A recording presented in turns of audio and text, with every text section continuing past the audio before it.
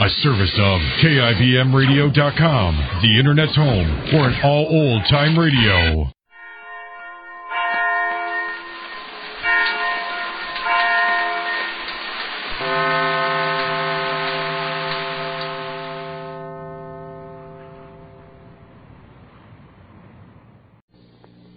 Yes, it's the Goldbergs. Hey, Mr. Fleming, you busy? Oh, hello, young fellow. What's in your mind? I need your advice. You know, I've been thinking about going into business. Oh? And I've decided to be a radio announcer. What? Yeah, just like you when you tell the ladies about Duz. Oh, so you've heard me talk about Duz, huh? Sure, lots of times. And I figured if you could do it, I could. Oh, you did you? Well, now, let's hear how you tell the ladies about this new kind of granulated soap. I'd say, ladies, Duz is spelled D-U-Z, and it's a really new kind of soap. Not just some old soap that's been fixed up to look new. Say, that's swell. Go on. Well, my mom says Duz does all three kinds of wash. Work shirts, towels, rayons, everything. And if my mom says Duz does all that, you can bet your life it does. There, Mr. Fleming, how's that? Well, that's a good try, but don't you think you ought to put in a few more details? Like what? Well, Duz is so new. Lots of ladies just can't understand how this one soap can get grimy overalls clean and towels snowy white, and yet be really safe for pretty rayon slips. Oh. You see, Duz is different from any other leading granulated wash-day soap. It's so much safer for those delicate colors. Okay, I'll remember that. Yeah, take those overalls you get so dirty. Yeah, they get plenty dirty. Well, Duz will get them clean without any hard scrubbing. In fact, no soap made gets clothes clean easier than Duz. Boy, the ladies should like that. They do, and even more. They like the way Duz gets their linens and towels so dazzling white. Why, they've never seen whiter washes anywhere than Duz gives them. It just can't be beat by any other soap for turning out snowy white washes. Gee, I get it. Duz is a three-way hit on wash soap. Right. Tell the ladies to try Duz, and they'll see it's a really new kind of granulated soap. Just say, ask for Duz today. It does everything in your wash. And now, the Goldbergs. Well, the train blew its whistle and pulled out of the station, and Rosie and Molly were on it. Molly was accompanying Rosie to New York, where Rosie was going to catch the Florida Special. And her reason wasn't a vacation, not if the real truth be known. Her reason was very simple. Rosie wanted to get away from Walter Jerome, and Molly was glad to see her go. But a few minutes after Rosie's train left, another train came in from New York, and on it were the reasons for Rosie's departure: Walter's mother and his fiancée. Well, now today at the Goldbergs' house, the telephone rings. Sammy, maybe that's Mommy calling. I'll take it. Now, don't be so nervous, Pa. I haven't enough to make me nervous. Hello? Well, who is it? What is it, Pa? Well, who was it, Pa? Why did you hang up? It was Walter Jerome. And you hung up? I have nothing to talk to him about. Is it his fault if Rosie... I don't want to discuss it. Gee, Pa. Why did he take Rosie to a dance if he was an engaged young man? Rosie asked him to go, Pa. You know that. Nevertheless... Nevertheless what, Pa? Don't cross-examine me, Sammy. Please. You're not a father. Until you are, don't question the feelings of a parent. You can be fair. I'll ask you that question someday when your child is hurt. Pa, I love Rosie as much as anybody does, but I'm certainly not going to hold it against Walter Jerome because Rosie hadn't... If Rosie was affected to the extent that she was, there was a reason. Rosie's a kid. You must have said something to her. What? I wasn't there. I didn't hear. Gee. Now, stop with the G. Call me the telegraph office. See if your mother sent a wire. If she did... Call. Pa, if Mama sent a wire... Call. Oh, I'm calling. Hello. Telegraph office, please. Yes. Hello. Hello, this is Sammy Goldberg. Is there a telegram for me? Hello, Seymour. Come on in. Hello. Huh? No? Thank you. Who came in? It's me, Mr. Goldberg. What train is your mother coming home on, Sammy? We're just waiting to hear from her. Sammy, did you call up the telegraph office?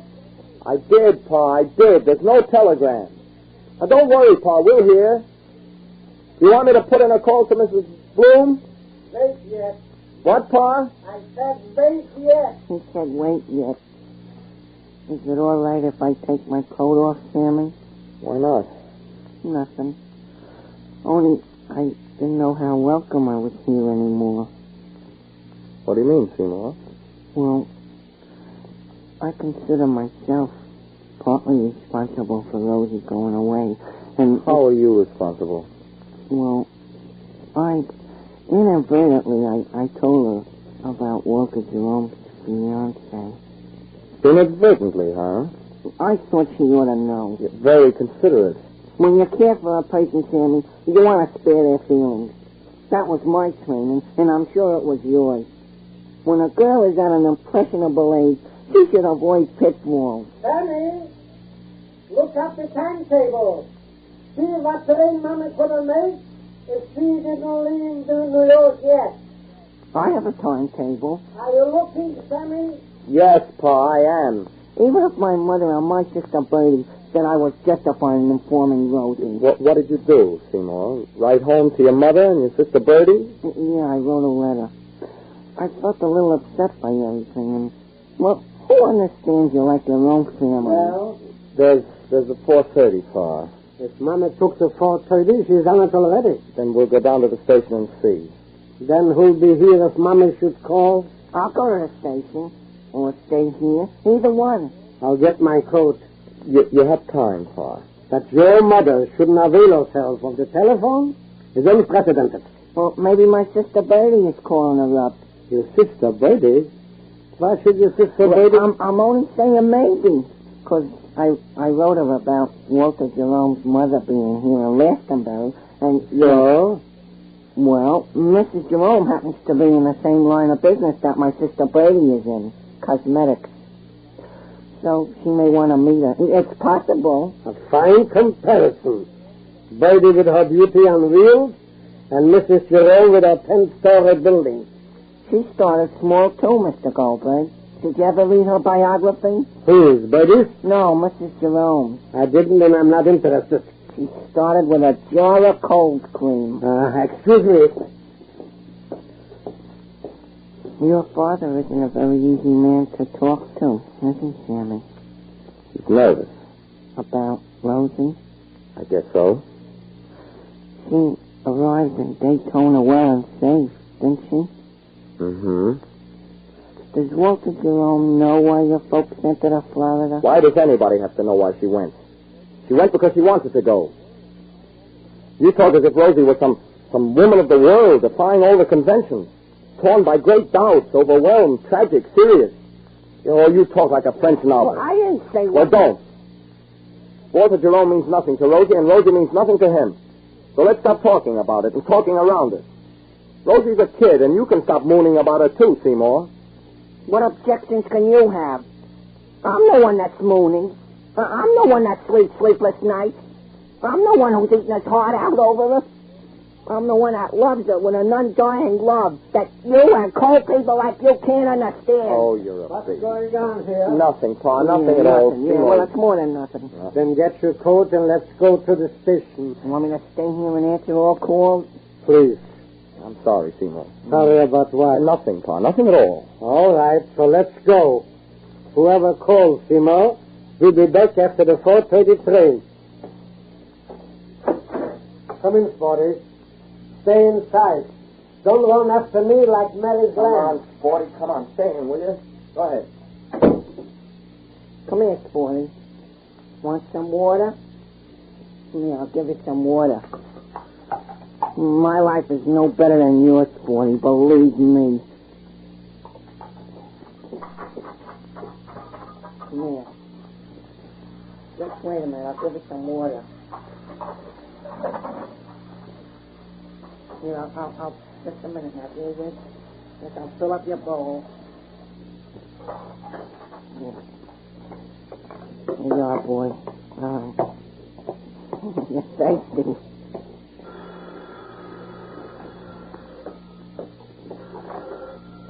Hello? Yes? Who's this? This is Seymour Fingerhood, Mr. Walter Jerome. No, there's nobody here but me. I can't give you any information I don't know. No, Mrs. Goldberg is not home yet. Listen, any information you want about Miss Goldberg, you'll have to consult her parents about what I'm sure they'll be very reluctant to inform you with. Yes, that's exactly what I said, for a very good reason. Your presence in Glastonbury, Mr. Walter Jerome, has caused enough heartache. Well, I can tell you this. Rosie won't be back before you leave. Seymour speaks out of the anguish of his unreturned love for Rosie. That's always a little funny to people who aren't in love, but it's serious enough for him, and serious enough for Rosie, too. And if it becomes serious for Walter, well, there's going to be nothing to laugh at. You know, if I were conducting a kitchen quiz, I'd ask you, are you washing dishes with an old-fashioned halfway soap? You are if you use bar soap, because it doesn't give you real speed. Or if you use a tough granulated soap, it's short on kindness to your hands. Well, you can forget such halfway soap now that new Does is here. That amazing new kind of granulated soap for everything in your wash. And Does has everything you want for dishes, too. From whirlwind speed to greater kindness to your hands. In fact, Does is the only leading granulated wash-day soap to treat your hands so gently. Just notice how nice and soft they feel after doing dishes with Does. Yet, see how fast this same Does cuts grease. No other soap can beat it for speedy dishwashing. Why, you can tell by the suds just how different Does is. Try new Does today. It has everything for dishes. And be sure to listen to the next episode of The Goldbergs, written for you by Gertrude Berg. Next time, Molly has an adventure in New York. This is James Fleming, wishing you good day for Procter & Gamble, the makers of Does, the new kind of granulated soap for all three kinds of wash.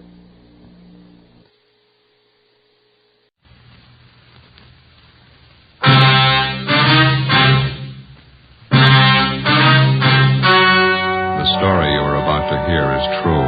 Only the names have been changed to protect the innocent. Fatima Cigarettes, best of all long cigarettes, brings you Dragnet.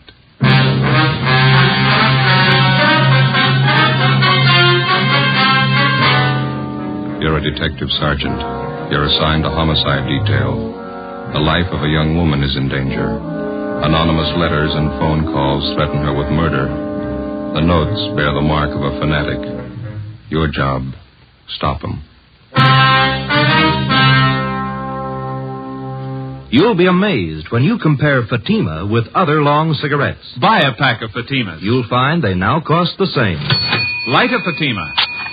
Your first puff will tell you... Ah, that's different. Yes, what a difference. In Fatima, the difference is quality.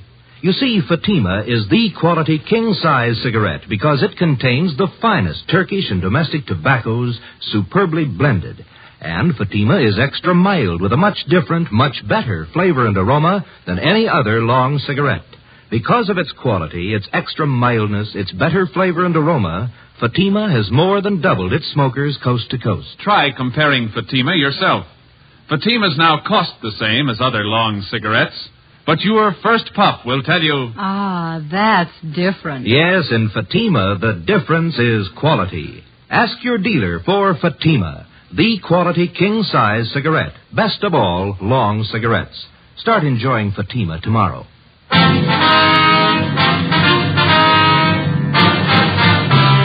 Dragnet, the documented drama of an actual crime. For the next 30 minutes, in cooperation with the Los Angeles Police Department, you will travel step by step on the side of the law through an actual case transcribed from official police files. From beginning to end, from crime to punishment, Dragnet is the story of your police force in action. It was Tuesday, March 8th. It was cold in Los Angeles. We were working the night watch out of homicide. My partner's Ben Romero. The boss is Captain Steed. My name's Friday. We were on the way out from the office, and it was 6:45 p.m. when we got to Greenwich Street. Number 318.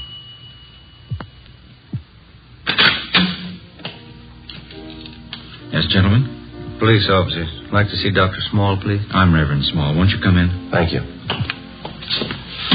Here, let me take your hats, officers. I've been waiting for you. Thanks. My name's Friday. This is my partner, Sergeant Romero. How do you do? I'm glad to know it. How do you do, sir? Hope we didn't interrupt your dinner? Oh, no. The organist, Brother Reber, and I were just running over a few hymns for the service tonight. Would you come this way, please, into the parlor? All right. As I mentioned on the telephone, I'm not much of a detective, but I think something should be done about this matter as soon as possible. Well, we'd like to get a few more particulars first, Reverend.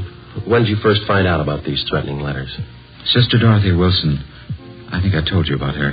She came here to the rectory and showed them to me. She told me she's been getting them for the last 4 days, and phone calls, too. Mm-hmm. How long have you known this Dorothy Wilson? Is she one of your regular parishioners? Well, she first joined my congregation about a month ago. She's been in regular attendance at our services ever since. Is that the church next door, joining the rectory here? Yes, that's right, Sergeant. Second Reformed Church of the Holy Book. I founded it here about 3 years ago, and I've been pastor ever since. Have you ever had this trouble before? I mean, threats against the people who join your church? No, never any trouble at all. I wonder if you have those notes that Miss Wilson's been receiving, Reverend? Yes, right here on my desk. Let me see, Yes, here are the 5 Sister Wilson got. And here are the 2 that I received. Wonder if I could look at them. Yes, surely. Here you are. Thanks. Oh, would you excuse me for a moment? It's about time for Brother Reber to get over to the church. I'd better tell him. Certainly, Reverend. Didn't mean to hold you up. No, not at all. I'll be back in just a moment. All right, sir. What do they look like, Joe? Yeah, let's see. Postmarks here are March 4th, 5th, 7th, 8th. Come from different places around town, according to the postmark. There's Long Beach, a couple from Azusa, Glendale here. No return address on any of them. This notebook paper looks like to me this one. Isn't it to you? Yeah. And there's this other one here. Looks like some kind of wrapping paper. The writing's not too bad. Let's see. According to the postmark, this is the first one they got, I guess. I'll see. Dorothy Wilson, you are a sinner and you have led a sinful life. Yet you have the nerve to come into our church and make believe you're a Christian. Spelling sure is bad. Yeah. I have been coming to our church for a long time, and it is an outrage to have you praying in our temple. If you don't get out and stay out, I'm going to make sure you're taken care of for good. Look outside. Sister in the Lord. Must be some kind of a fanatic. We'd better run all these through the crime lab. Yeah. This one, maybe. It's typewritten. Well, here, you read it. It's dated March 6th. Yeah, take this as a warning. Bring your sinful body to our church again, and your blood will run in the aisles. A life can be taken when God demands it. It could be yours. Sorry for the interruption, officers. A few things I had to remind Brother Reber of. Mm-hmm. Have you seen all the letters? Well, we're just checking them over, Reverend. It's certainly a terrible thing for our church. I hope we can keep the matter as quiet as possible. Yes, sir. I noticed the 2 different signatures on these notes. Now, half of them are signed, a sister in the Lord. Yes. And the other half are signed, it's Brother D.R. Griswold. Yes, that's right. The first letter I got was from this Brother Griswold. His are the typewritten ones. You know anyone in your congregation with that name, Reverend? D.R. Griswold? No, I checked over my list of regular parishioners twice. If there is such a man, I don't know of him. Well, we can run that name through R&I anyway, huh, Ben? Mm-hmm. Do you have any suspicions at all, Reverend? What do you mean, Sergeant? Well, I mean, can you think of anybody in your congregation who might possibly resent this Miss Wilson's joining your church, maybe? Well, no, I haven't had an opportunity to think it over in that light, but I can't imagine anybody in our group writing letters like this. What's her background, Reverend? Do you know much about her? No, she's a quiet girl. She's very religious. Works as a stenographer at an office downtown. Helps support her mother. Will she be at church tonight? Yes, she's here already, helping to set up the chairs for the service. Why, would you like to talk to her? Yes, sir, if we could. All right, let's go over to the church. There's still half an hour before services begin. All right, fine. I'll have to take these letters along with us, Reverend. We want our handwriting man to check them over? Yes, by all means. That manila envelope on the desk, you can put them in there if you like. Thank you. This one here? Yes. Okay. This way, officers.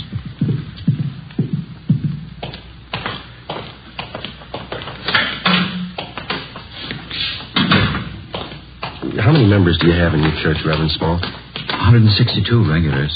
Another 100 or so on the fringe. They attend only occasionally. You mentioned that this Miss Wilson's had threatening phone calls, too. Yes, that's what she told me this afternoon. Man's voice or a woman? Sister Wilson said both. The phone calls usually follow each letter. They identify themselves the same way, Brother Griswold and a sister in the Lord. Have you received any calls from them? No, I've been half expecting them, but I haven't had any yet. Here, shall we go in? Please. Here we are. Our seating arrangement's still temporary. We hope to have pews installed next year. Uh-huh. Nice church. Yes. Thank you. Oh, there's Sister Wilson. She's helping set up the chairs. If you'd like to wait in the choir's dressing room, I'll bring her in there to you. All right, thank you, Reverend. Let's go, Ben. This one, Joe? Yeah, this is it. Ought to open a few windows in here. It's musty. Yeah. What time do you say the services start? 7:30. It's 5 minutes past 7 now. Officers? Yes, sir. Officers, this is Sister Dorothy Wilson. Sister Wilson, Sergeant Friday. How do you do, ma'am? Hello. And Sergeant Ramirez. That's Romero. Oh, I'm sorry. Sergeant Romero, Sister Wilson. Hello. Glad to know you. I guess you want to speak with Sister Wilson alone, do you? Well, we'd like to have you stay if you would, Reverend. Wonder if there's someplace where we could sit down. Yes, certainly. Right over here in the anteroom. All right. Yeah, this will be fine.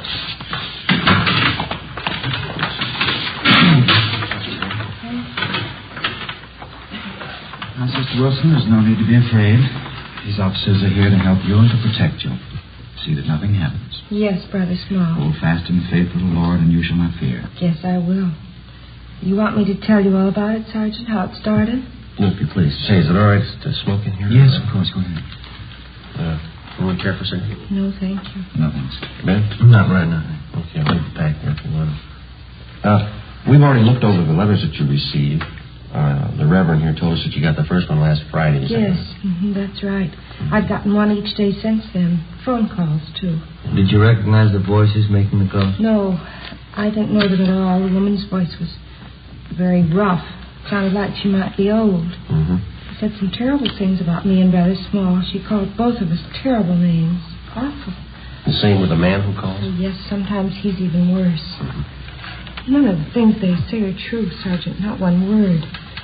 Well, I'd like you to think carefully before you answer this, Miss Wilson. Is there anyone at all that you know in your neighborhood, or here at church or at your work, who might be doing this? Maybe somebody that you knew a few years ago, some acquaintance? Ever since it's happened, I've been trying to think of someone. I don't think I've ever met anybody who'd do this kind of thing. Well, how about a former boyfriend or a girlfriend who might be jealous of you for some reason? No. I did have quite a few boyfriends, just casual dates, nothing serious. They were always taking me out, dancing and out to parties.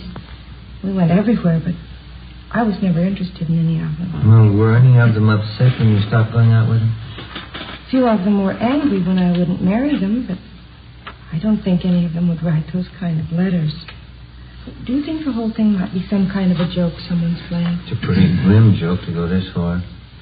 Do you live by yourself, Miss Wilson? No, with my mother, but I don't want her to know anything about this. Well, I think it'd be wiser if you told her. No, she mustn't know. Mother's been ill lately, and if she found out, it might upset her an awful lot. She's not well at all.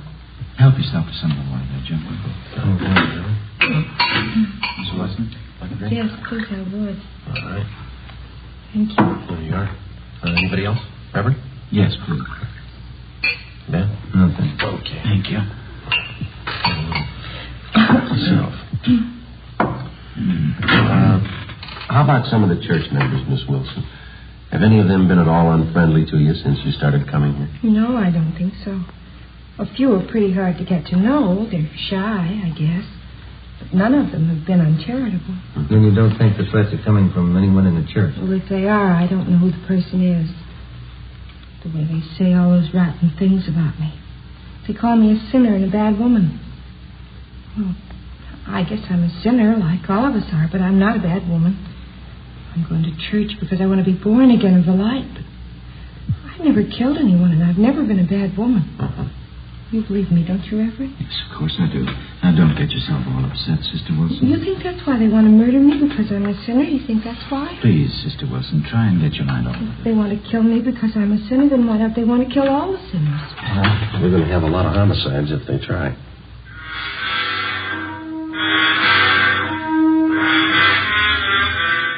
10 p.m. Together with Sergeants Raines and Bechtel, we tailed Dorothy Wilson to her home. She parked her car at the rear and went inside. A stakeout was placed on her house. The next morning, we took the threatening letters which the Wilson girl had received and asked Don Meyer in handwriting to check them over. During the next 5 days, we checked thoroughly into the background of Dorothy Wilson. We talked to her relatives, her employers, all her friends, past and present. We had no good reason to suspect any of them. We checked out the people at the church, and they were clear. Both Reverend Small and the Wilson girl continued to receive more threatening letters. Some of the language and the accusations were pretty foul. Still, no outward attempts were made on the life of the Wilson girl. A week after we started on the case, we tallied up our findings. They seemed to make sense. We talked it over with Raines in the squad room. Don Myers checking those letters and a sample of the Wilson girl's handwriting, isn't he? What's he got to say? The letters written in longhand are signed to Sister and the Lord, and the typewritten letters are signed Brother D.R. Grizzle. Yeah, I know that. Don says all the letters were written by the same person. How's he figure? Well, similarities in phrasing, same mistakes in spelling, typewritten and longhand both. Signatures on the Griswold letters match the handwriting in the other letters. Well, they were only dealing with one suspect. And Don Meyer seems pretty sure of it, yeah. Well, how does the Wilson girl's handwriting check out? He's working on that. Where does that leave us? You've been on stakeouts at the Wilson girl's home a few nights. Haven't you noticed anything peculiar about the setup? How do you mean? Something that didn't fit? Something that didn't quite jive? No, I don't think so. Well, just that business about her car, I thought that was a little out of line. Yeah, it struck us the same way. Girl always seemed frightened enough about the situation when she's around us, but when she thinks she's alone, it looks to me like she takes it a little differently. Yeah. Every night when she drives home, she parks the car in that dark garage. Must be at least 50, 75 yards from her house. Yeah. I've never seen her look particularly nervous and taking that long walk to her front door. I'm sure the normal reaction for a frightened woman would be to park the car right in front of the house and then hurry inside. She hasn't done that once. How about all those friends of hers you guys checked out? Anything there? Well, we've been staked out at her house, at the church, and her work. You know that. There's not a thing. Checked with some of her ex-boyfriends, too. Nothing there? Well, the Wilson girl told us that some of the boys had proposed to her. We couldn't find one who'd admit it. They all said she was a nice girl, but they didn't propose marriage. Those threatening phone calls are another thing. Both the pastor of the church and Dorothy Wilson got letters, but only the girl received a phone call. Yeah. Well, logically, if the Reverend got the letters the same time as the girl, he should have been getting phone calls, too. He hasn't received the one. Well, it could be accidental. Whoever wants to kill the girl might figure the Reverend would recognize his voice. Well, that's possible, but you remember that story that the Wilson girl gave us about her mother. Remember that? She didn't want her to know about the letters because her mother was sick. Well, we checked with her mother's doctor, and Mrs. Wilson hasn't been sick in 5 years. Yeah, how about that? What do you figure? I think the girl's a fake. Everything we knew about the case of Dorothy Wilson, everything we learned through questioning and observation seemed to point to one definite conclusion. Dorothy Wilson, for one reason or another, was writing the threatening letters to herself. As for the warnings that she got over the telephone, we only had her word for it. We took our findings to Captain Steed and laid out the case for him. He directed us to stay on it for a few more days until we could find enough evidence and testimony to prove out our theory. The following day, Dorothy Wilson received a letter more threatening than any of the previous ones. Reverend Small also received a copy of the same letter. Again, Don Meyer's opinion was that they were written by the same person.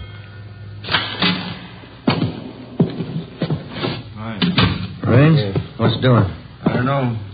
Boys got any new theories? What do you mean? On the Dorothy Wilson case. Do we need one? Well, I don't think your old one's going to hold up. Why? What's the matter? She's at Georgia Street. Yeah. Somebody tried to kill her.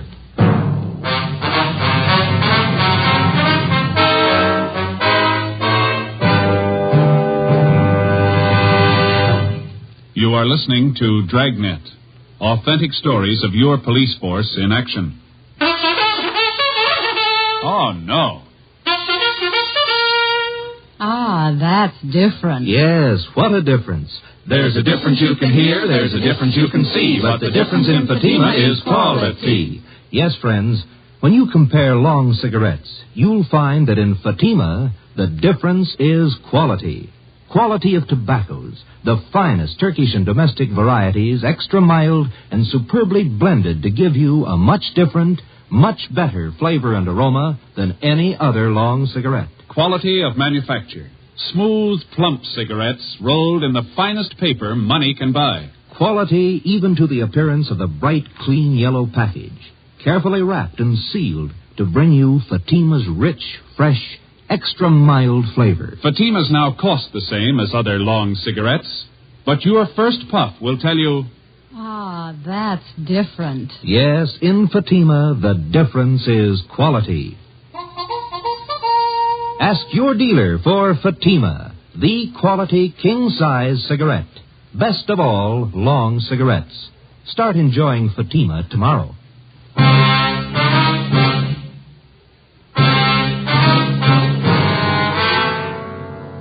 As soon as we got the report that Dorothy Wilson had been attacked by an unknown assailant, we drove to Georgia Street Receiving Hospital where she was being treated. Anderson and Bechtel from Homicide were standing by. We talked to the doctor, who told us that the victim had no serious injuries. She had 2 slight bruises on her upper arms and a slight bruise in her forehead. She complained of a headache. While the doctor made out his report, we questioned the Wilson girl. She told us that she'd gone to the Church of the Holy Book at 6 o'clock that night after work. She told us that she wanted to pray before the start of the regular service at 8:15 p.m. We asked her exactly when and where the attack occurred. At about 6:30, I felt a little tired. I told the officers on duty at the church I thought I'd get a little rest before services started, and then I went into the ladies' dressing room and laid down. That's where it happened. It was terrible. Did you see the person who tried to hurt you? No. I was lying down with my eyes closed, and he must have come up from behind. He put his hands around my throat and started to press tight. It was awful, just awful. What happened then, Miss Wilson? Well, I fought as hard as I could. I kicked and scratched him, and I guess I hurt him because he let go of my throat for a minute. After that, he pulled me down on the floor. I remembered that. And then he put his hands around this part of my head like this. Mm-hmm. The other officers told us that one of the choir members, Mr. Sherman, found you unconscious in the choir room. Is that right? Yes. Whoever it was who wanted to kill me, they put a gag in my mouth and blindfolded me, then tied my wrists together with tape. That's how Mr. Sherman found me. How long do you figure you were unconscious then? Oh, I don't know. It was about 6:35 when I laid down in the dressing room. Mr. Sherman said he found me there at 20 minutes past 7. And then you were out about 45 minutes, is that it? I suppose so. I don't remember anything. Well, what makes you think the person who attacked you wanted to kill you, Miss Wilson? That's what they said in the letters, isn't it? They want to kill me for coming to church? Now, your purse and everything that was in it was scattered all over the dressing room floor. Is that correct? Yes, it was. My money and everything scattered all over. I guess they wanted to rob me, too. $52 in cash. Is that what you had with you? That's right, a $50 bill and some change. I don't know why they didn't take it. Maybe something frightened them off. It's possible. The officers found some other articles scattered around the dressing room. A roll of tape, a metal box that the tape came in, and a half a dozen razor blades. Did you notice any of these in the dressing room before you were attacked? No, none of them. I never saw them before. Those razor blades, officer, what do you think they wanted to do with them? There's no use thinking about that now. It's all over. I knew I'd be protected. I felt the spirit. I knew the holy light would protect me. Yes, ma'am. Will you find whoever did it, officer? Well, this is just a hunch, Miss Wilson. Yes. I think we already have.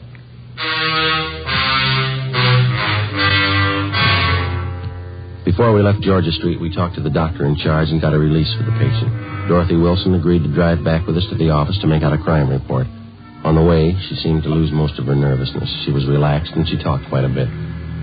Religion's a great comfort to me, Sergeant. I think it's a great comfort to anybody, don't you? Yeah, I do. Maybe I'm different from most girls, but I get an awful lot out of my church. It's like Brother Small says, you have to be born again of the holy light if you really want to live. Don't you think so? That's right. I don't know what I'd do if it wasn't for my religion. No, I used to have a lot of boyfriends. Of course, I don't care for any of them anymore, but when I was younger, they were always taking me out all the time. Yes, so? Yes, I had a good time when I was younger, going out to dinner, dancing, parties. Fellas were taking me out all the time. Of course, that was when I was younger. You're not much over 25 now, are you, Miss I'll be 27 in August. That's pretty old for an unmarried girl, but I'm not worried. You get interested in more important things when you get older, isn't that right? Yes, that's right. I remember when I was in junior college, how boy crazy I was. I remember that junior prom I went to. Seems such a long time ago.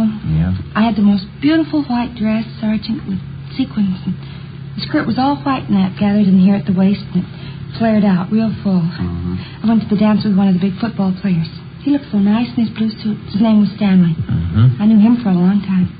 He's one of the fellows who asked me to marry him. I guess I was too particular. I just couldn't see any of them. Would you mind if I laid out a few facts for you, Miss Wilson? Well, not at all, Sergeant. Go ahead, please. Now, I'm not trying to embarrass you in any way, but since we've been on this case, we've checked with just about all the friends that you've had in the past few years, and that includes your boyfriends, of course. None of the fellows that you've mentioned say they've ever proposed marriage to you. Say they've been out with you once or twice, but that's all. Oh, well, you probably didn't talk to the right fellas. You probably got the names mixed. No, ma'am, we didn't. We talked to the right people. Well, I can't understand that. Neither can we, Miss Wilson. Well, what difference does it make anyway? I wasn't interested in them. I wouldn't have married them anyway. Going out and dancing, parties, that's all they were interested in. What reason did you have for lying to us? Parking in a car, necking with girls, trying to take advantage of them. That's all those fellas wanted.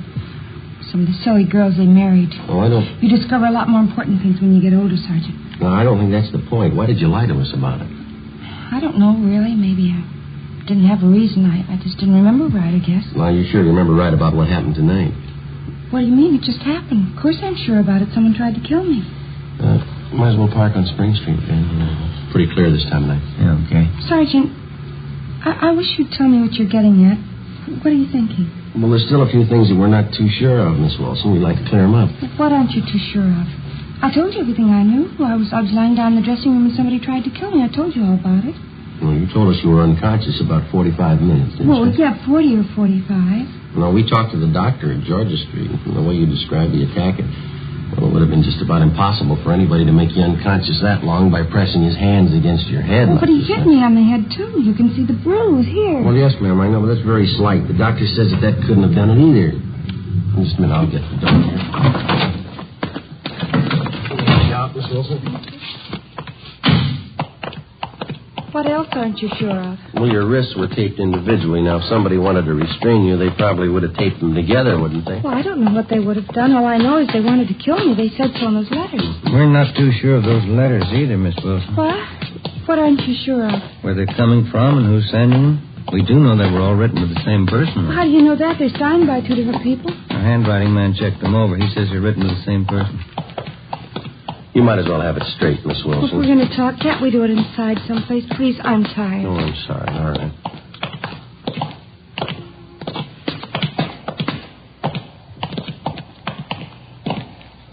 Hey, Joe. Yeah?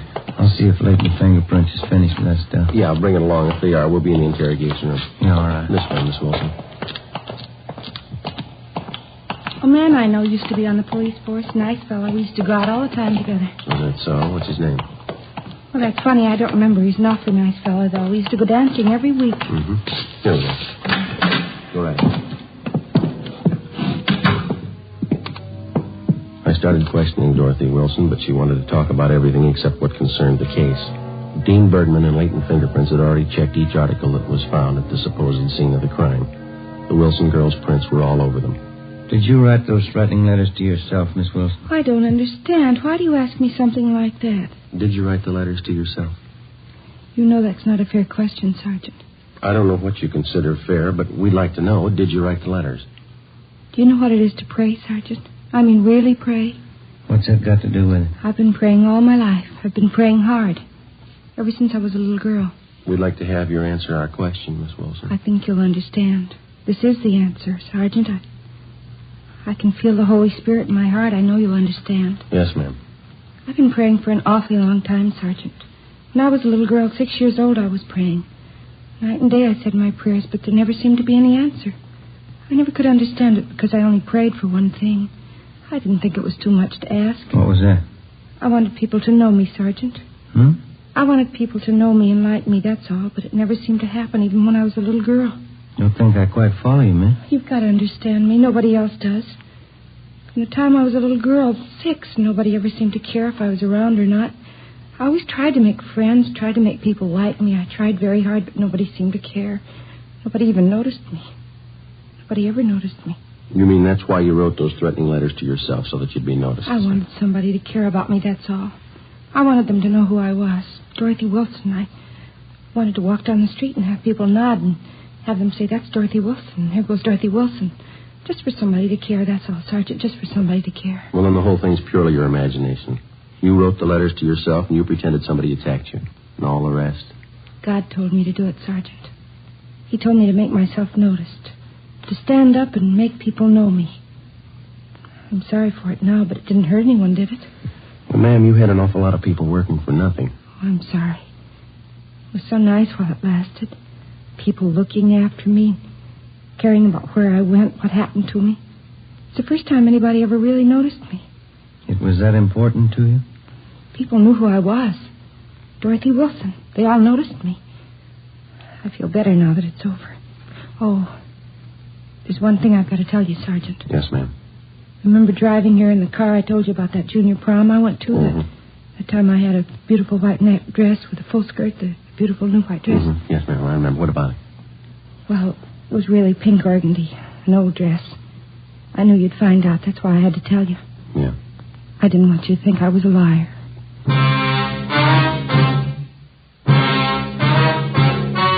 The story you've just heard was true. Only the names were changed to protect the innocent. In a moment, the results of the trial. Now, here is our star, Jack Webb. Thank you. Dragnet's mail this week has included cards from some of you listeners saying that your dealer is out of Fatima's. Thank you. We've done something about that. Now, if any more of you find a dealer fresh out of Fatima's, send me his name and address, and we'll do something about that, too. Write me, Jack Webb, Post Office Box 951, Hollywood. And, Mr. Dealer, don't wait a day. Step up your orders for Fatima. Get in on this ever-increasing demand for the quality long cigarette.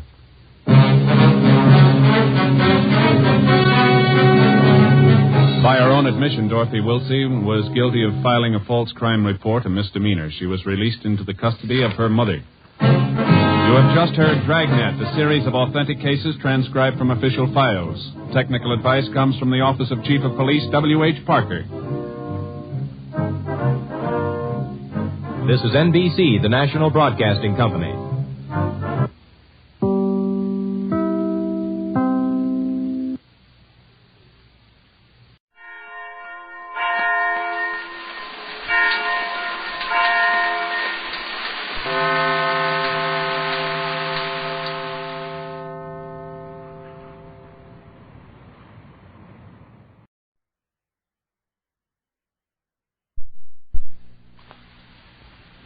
My name's Jeff Regan. I get 10 a day in expenses from a detective bureau run by a guy named Anthony J. Lyon. They call me the Lion's Eye.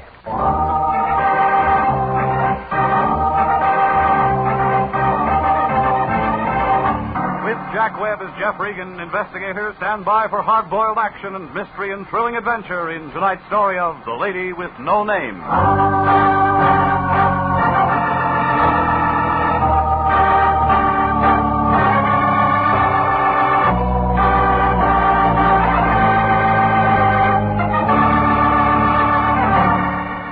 The next time you're out for a drive, pick up Olive Street along about the 700 block. You can't miss it. It's a big building made out of white granite. The Cosmopolitan Building. The man who built it is doing a long run up at San Quentin for graft. Anthony J. Lyon, the guy I work for, rents an office in that building. International Detective Bureau, Suite 308. A couple of rooms with a connecting wastebasket. The Lion has the only desk in the office and a typewriter that Remington dropped from their catalog back in 1915. Well, I walked in last Tuesday at 10 a.m. The office was full of taboo. She was a tall girl, very pretty, wearing slacks and a coat that must have set the mink population back 20 years. But she still looked cold, like she'd never get warm again. The Lion had one arm around her shoulders. He knew by this time that coat was the real article. There wasn't any music, but he didn't seem to mind. Come in. Not much room to dance. We got trouble. She's your date. This is one of my operators, Mr. Regan. How do you do, Mr. Regan? Now, tell him exactly what you just told me. Yes, all right. May I sit down? I feel strange. Of course. Oh, there. Thank you. Get this, Regan. I don't know where I live. I don't know my name. Yeah? I want you to find out who I am. You heard that, Regan? Heard what? The verbal contract. You just hired it. Oh, you're out of your mind. And you're a witness in case anything comes up. Please, I don't feel well. I'm perfectly willing to pay you. You'll just find out who I am. Well, look, lady, there's a cop on every corner. I couldn't go to the place. You got here. Quit pushing her. This is our case. I was afraid. I found this in my purse. 32 caliber Smith & Wesson. Been fired. There's 3 gone. What are you doing with that, miss? I don't know. Just been used by you. I don't know. Well, where'd you get it? I just found it in my purse. Remind you of anything? No. You take it. Now, look, miss, I know you don't feel well, but there are certain questions you'll have to answer. I just want you to find out who I am. It's terrible this way. It's... Ain't it? Yeah, you always had a way with women. Help me bring her around so she can sign that contract. She hasn't got a name, remember? We'll give her a name. Jane Doe's good enough. I guess so. What do you mean? She's dead.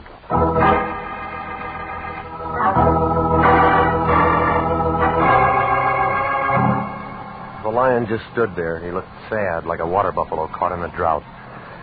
Well, when she rolled onto the floor, her purse went with her. It cracked open, and the stuff inside spilled out on the rug. There wasn't anything to tell us who she was. No comb, no makeup. Nothing but a house key and a receipt for a cab ride dated that day. There wasn't even a label in that mink coat. Nothing to go on. I might as well have tried to walk to Catalina. I told the lion to phone the coroner's office, and I hopped over to the cab company. They told me that the receipt came from meter 212, driven by a man named Servey. He worked the call box at Hollywood and Western. He was a little guy. I figured he got the job because they ran out of big uniforms. They double-crossed him on that cap. If it wasn't for his ears, he'd have been wearing a snood. Sorry, Bud. I got a fare. Where is he? Under the floorboards? I got a fare. Yeah, you said that. Where? In there eating. Your flag's up. I'll pull it down. Happy? You Johnny Servey? Whose nose are you? They told me I'd find Servey in this hack. Who told you that? Cab company. They don't know any more than you do. Now, look, never mind the jokes. Just give me that straight lines. Nix, will you? Got out this company uniform. Well, we're going to get it back if you don't open up. Get it out. All right. Louise pulled out 3 weeks ago. She took all the furniture with her. You can collect from her. I'm not the finance company. No? Here. Oh, private people, huh? Well, who's getting conned? Did you carry a brunette in a mink coat sometime this morning? Maybe. Where'd you drop her? Downtown, 6 and Grand. Where'd she live? Ask her. I'm cruising in from the fair. Where'd you pick her up? In Burbank, Hollywood Way, and Kensington. The fair's in Pomona. You took the long way. I like to drive. It's company gas. Yeah. She was nice, real nice. You know what I mean? Real class. Okay. Oh, wait a minute, will you? Yeah? We didn't go anywhere, but time's up. That's 5 even. Fast meter. Hey, you want me to tell you about the guy? What guy? Tall, dark-haired, brown sport coat, movie type. Go on. He was chasing her when she caught my cab. He looked like a match. Was it? Ask him. Is that all? She got in. We drove away. Right here. Thanks. No tip? Like you said, we didn't go anywhere.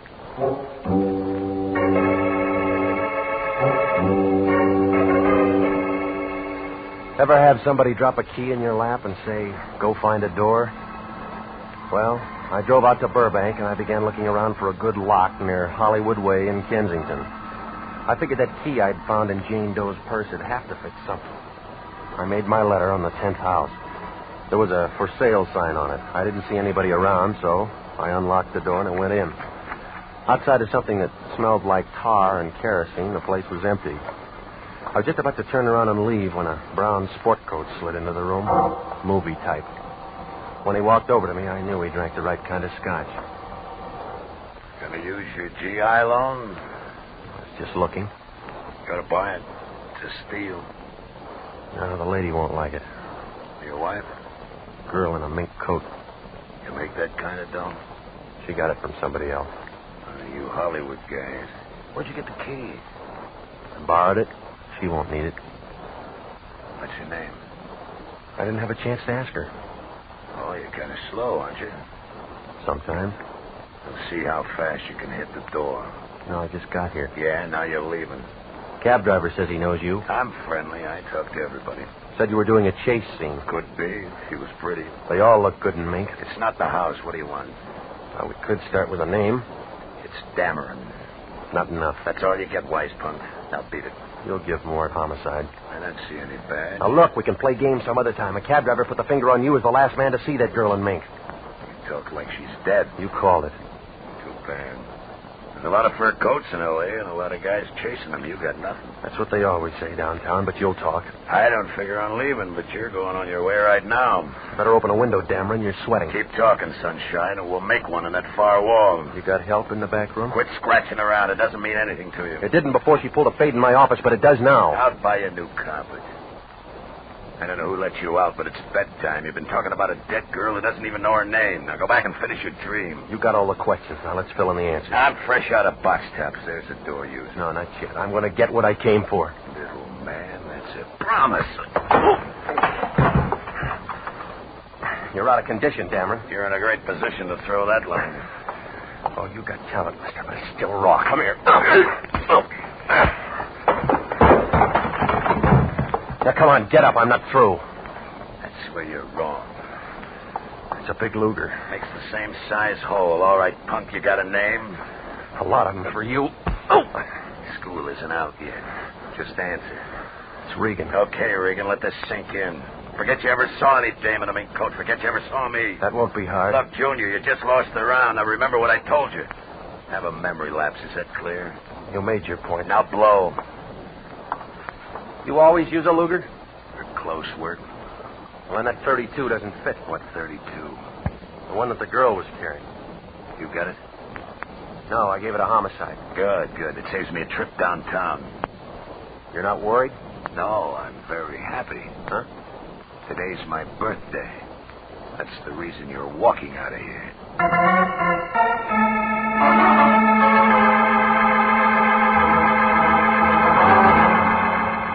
The whole thing looked as phony as an undertaker in a white derby.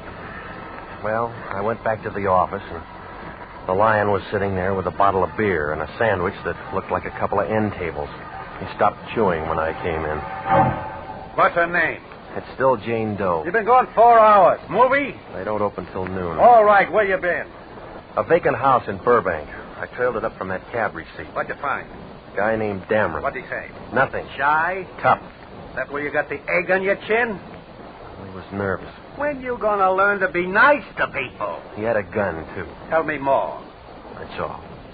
I like this. It's got possibility. All right, take off your saddle. The race is over. When the coroner's boys showed up, they told me why she dropped. That's easy. She died. Poison.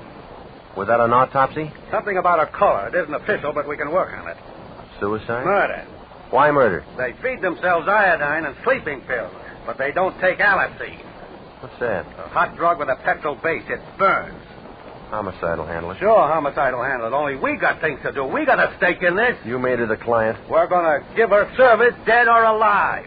What does Wendetti say? I don't pay Wendetti. We find out who she is. All right, you try. Her picture shows up in the paper. She dropped dead in our office. How's it make us look? They sent in the first string when she died. You'll clear this up before homicide does. They'll lift your license. We won't need it. What do you mean? I still got Exhibit A. What? Smith & Wesson, 32 caliber. You're withholding evidence? I forgot to give it to them. All right, now give them a call and tell them. That was 5 hours ago. You make the call. All right, I'll tell homicide. They'll give me a break. That's what Dillinger thought. Give me the gun. They've got Jane Doe's prints on the wire. They'll have the answer in 10 hours. Cut that in half, Regan, and we've won the championship. You'll have to give the cup back. You cheated. When I left the Lion, he looked happy, like a guy who just figured the mystery melody.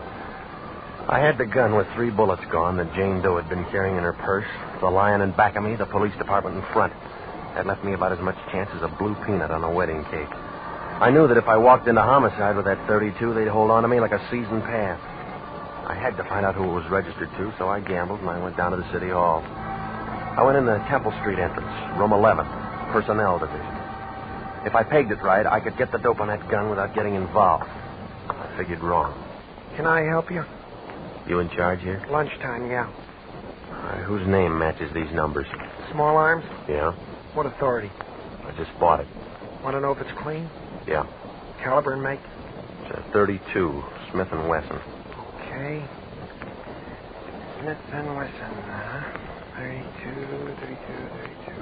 Yeah, right here. Got the weapon with you? No, why? No roll. No gun, no vitals. I got it. Here. Okay. Purchased August 1929, factory reblue job 1931, owned by American Trust and Loan, permitted to Dale W. Curtis. Thanks. I'll have to ask you to wait. Why? New rule. Got to run them all through ballistics. Anything special? Maybe. Found a guy floating around Silver Lake this morning, full of 32s. Who? Working on it. Have to ask you to wait. No, I can't. I haven't had lunch yet. Stick around. We may invite you. I don't like your food. Oh, don't worry. You can have anything you want the last day.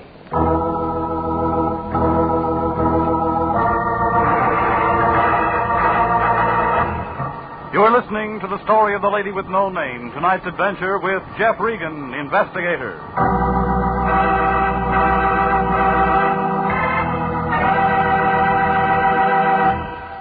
If you are a graduate registered nurse, please listen carefully to this important message. 29,000 nurses are needed to join the new Army Nurse Corps Officers Reserve.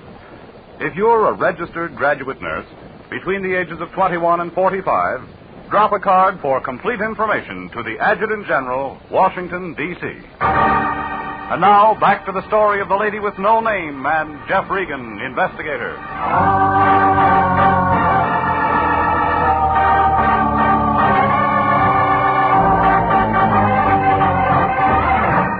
Well, there it was.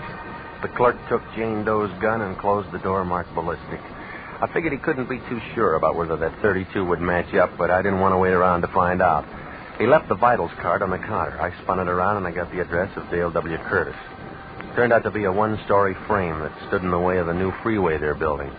The movers were just jacking it up and I caught the last carload of people leaving. They told me that Curtis hadn't lived there for 7 years. They did give a number over on Manzanita off Fountain, where I might be able to find him. There was an apartment on the second floor.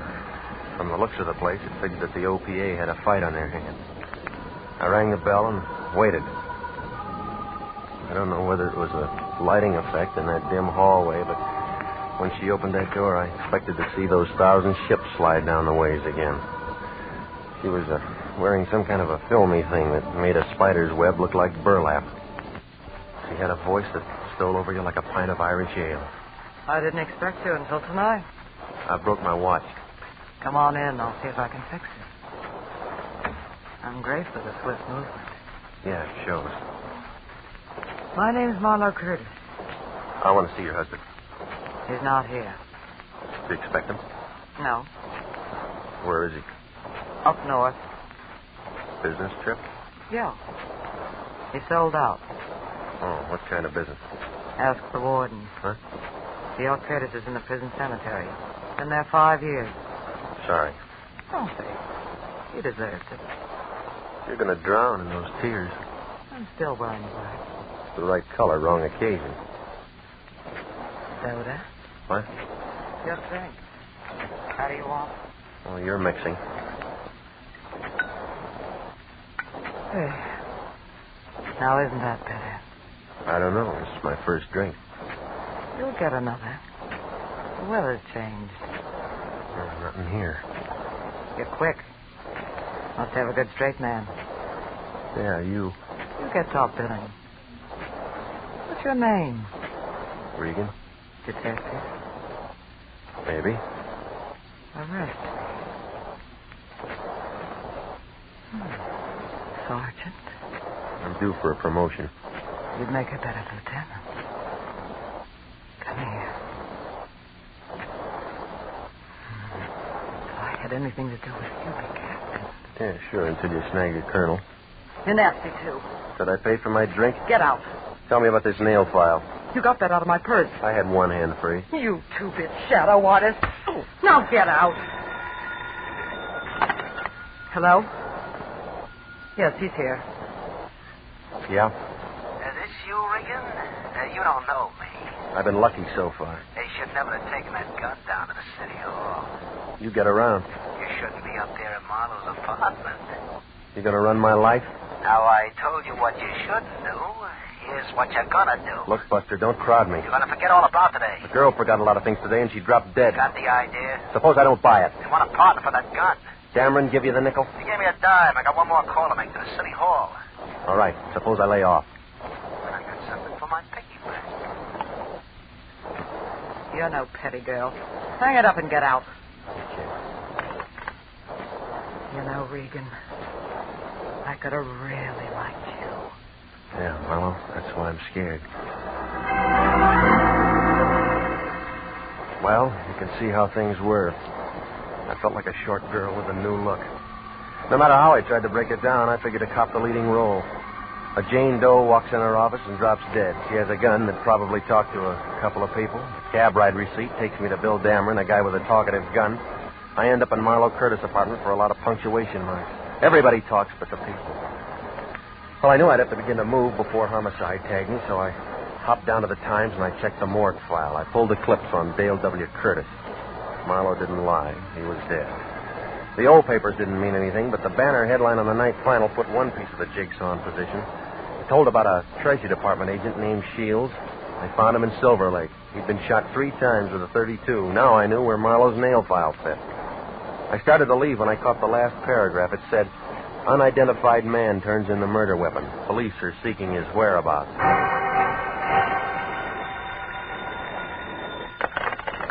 Yeah. This is Lane. I've been calling your place for 2 hours. I just got home. Gonna give yourself up? It was your idea. Who's Jane Doe? I don't know. Why? You got a badge, you try. Look, Regan, you're hot. Every prowl car in town's looking for you. Yeah. You better start filling this in or they're gonna get you. Now listen, big shot, you're in this too. Not from where I sit. I gave you the gun. Well, send me some dough over here. I don't have enough for your bail. I need some money for cab fare. No petty cash in the office. Don't lie to me. What about that money you got out of Jane Doe's purse? What do you mean? She could have never got up there without cab money. Well, she must have lost it in the elevator. Look, I haven't got time to play games. Now send it over. How much do you need? $10 won't break you. Where you going to, Yuma? I'll expect it in an hour. Goodbye. Hello? Hello, Dameron. Always like your door. I wouldn't stop you. You'd crawl under. Come on in, fellas. It's drafty out there in the hall. You got a parade permit? Rodney, say hello to Regan. I already did on the phone. What about Slim? Hiya, Grogan. His name's Regan, isn't it, Big Mouth? Oh! Sitting right next to Rodney when he made that call to you, it was perfectly clear to me. Wasn't it clear to you, Big Mouth? Oh! Rodney told you to lay out, but you just had to get onto that newspaper, didn't you, Big Mouth? Yep. Rodney, Slim. Slim on the bed. All right, let go. Now, Regan, once more, they got a gun downtown. They got a dame and her prints are going to fit it. They got a stiff and that gun's going to fit him, okay? I'll lay you off. You said that before. Rodney, Slim, hold his hands. Now, Regan, I know you understand me. I said all the right words. Maybe my punctuation's bad. Lay off. Period. Lay off. Period. All right, leave him on the bed.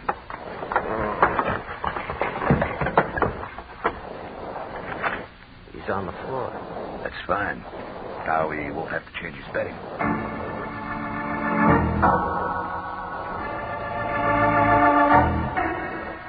Dameron was good. When I got up, my face looked like a relief map of Death Valley. He was wearing a signet ring. He left out all the water holes, but the mountain ranges were rising fast. I figured I was safe now. That guy in the personnel office had never recognized me. Well, I was standing in the kitchen giving myself the cold water treatment when somebody knocked. I figured that was a switch, so I opened the door. It was that hacky, Johnny Servey. He had an envelope in his hand. Yeah? Hi. Remember me?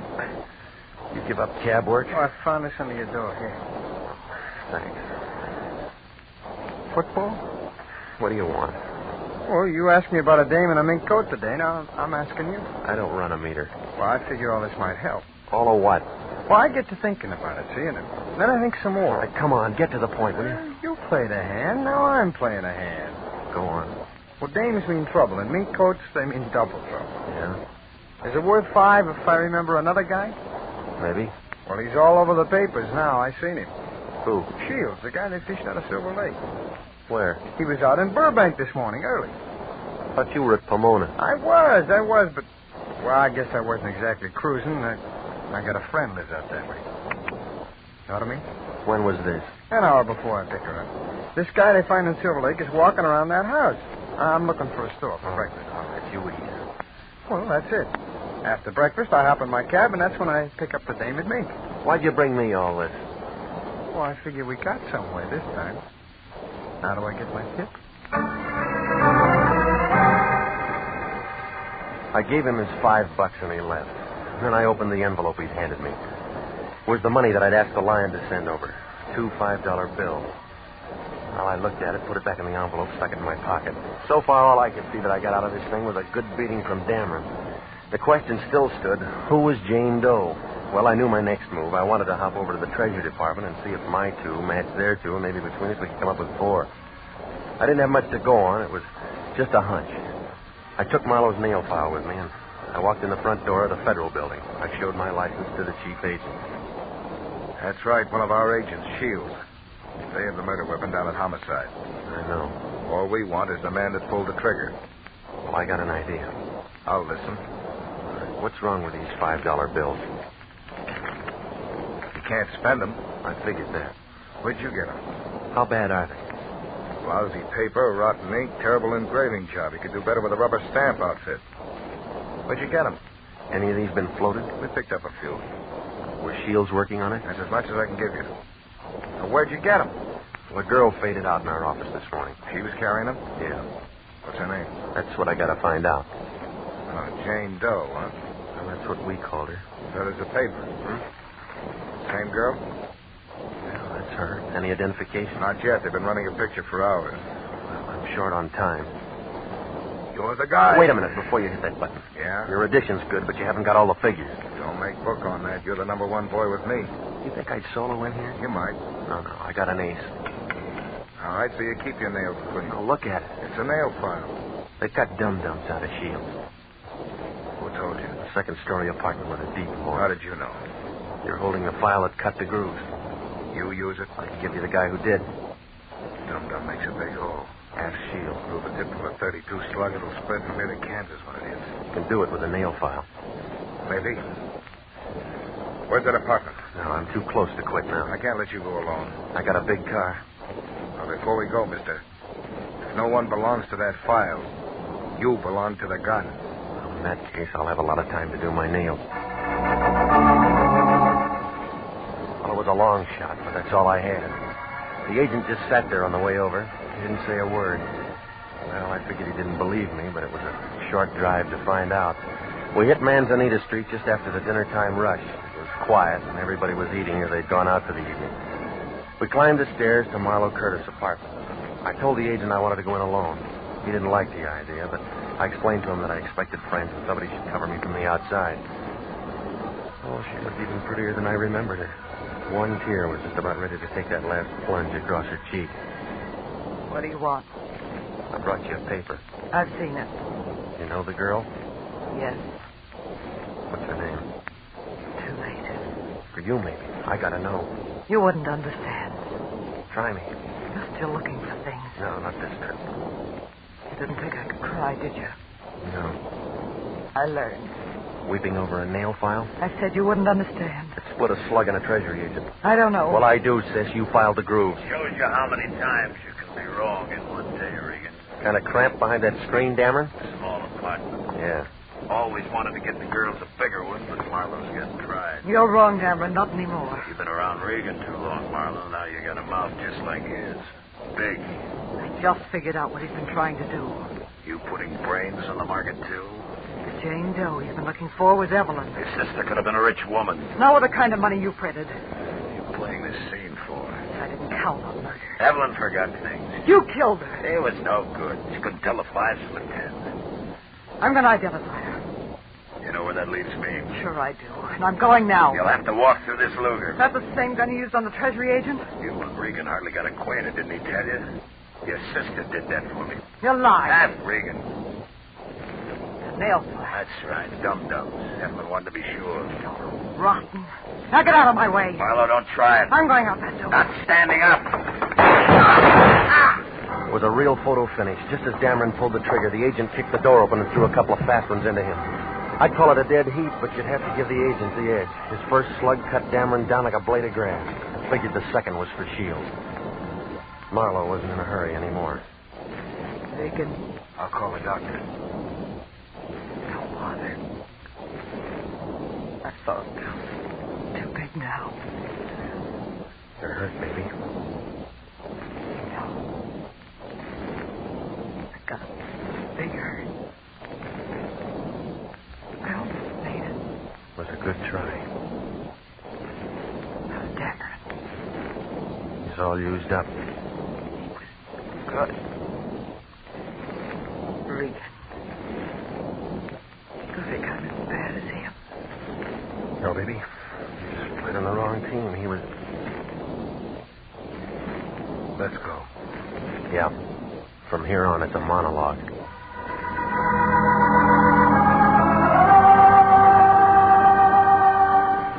Well, it was hard to figure. It was like trying to throw a saddle on a porpoise. I gave what I had to homicide, and it unbuttoned something like this.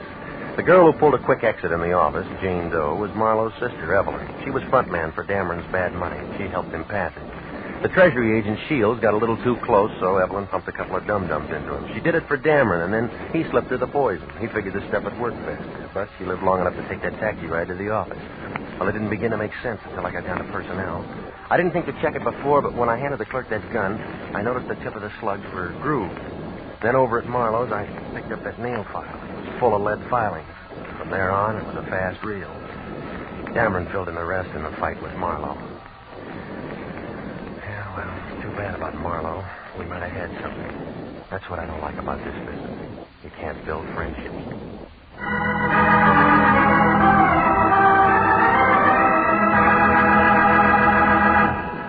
Jack Webb is featured as Jeff Regan, with Herb Butterfield as Anthony J. Lyon.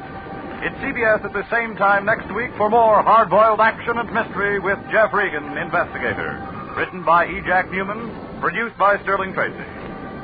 The role of Bill Dameron was played by Charles McGraw. Yvonne Patey was Marlowe Curtis. Marvin Miller was the Treasury agent. David Ellis, Stacey Harris, Lou Krugman, and Bernice Barrett supported. Original music for this program is by Dick Arant. Bob Stevenson speaking. Jeff Regan, Investigator, is heard every Saturday over CBS, the Columbia Broadcasting System.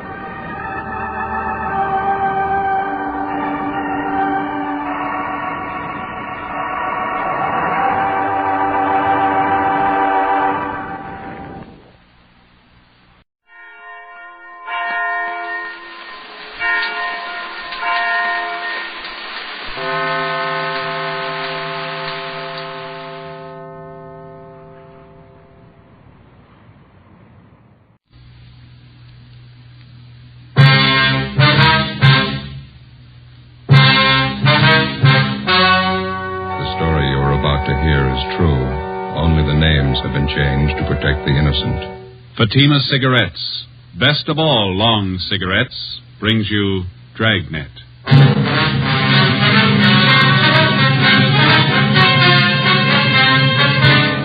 You're a detective sergeant. You're assigned a homicide detail. A newborn baby is taken from a hospital nursery. There's no trace of the infant. There's no trace of the abductor. Your job, find him. You'll be amazed when you compare Fatima with other long cigarettes. Buy a pack of Fatimas. You'll find they now cost the same. Light a Fatima. Your first puff will tell you... Ah, that's different. Yes, what a difference. In Fatima, the difference is quality. You see, Fatima is the quality king-size cigarette because it contains the finest Turkish and domestic tobaccos superbly blended. And Fatima is extra mild with a much different, much better flavor and aroma than any other long cigarette. Because of its quality, its extra mildness, its better flavor and aroma, Fatima has more than doubled its smokers coast to coast. Try comparing Fatima yourself. Fatimas now cost the same as other long cigarettes, but your first puff will tell you... Ah, that's different. Yes, in Fatima, the difference is quality. Ask your dealer for Fatima, the quality king-size cigarette. Best of all, long cigarettes. Start enjoying Fatima tomorrow.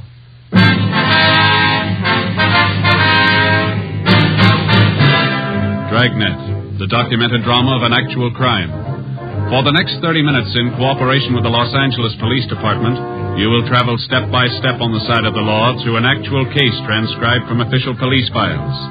From beginning to end, from crime to punishment, Dragnet is the story of your police force in action.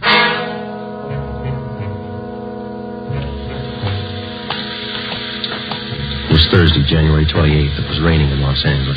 We were working the night watch out of homicide. My partner's Ben Romero. The boss is Captain Steve. My name's Friday. It was 11:35 p.m. when we got to Mercy Hospital on Norwich Avenue. the main entrance.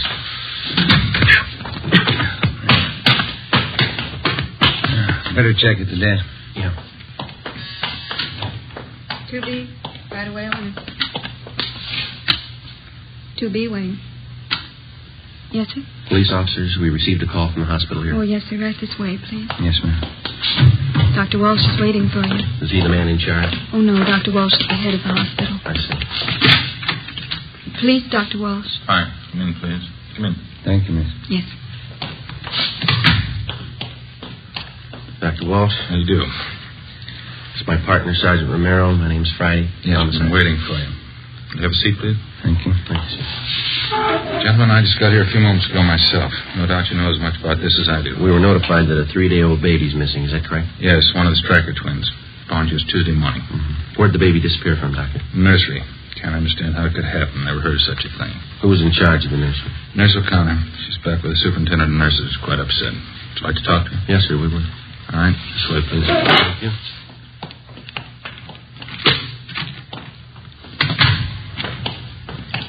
Can't understand it. How could a baby disappear like that? Have the parents been notified? Father's on his way in now. We haven't told the mother yet.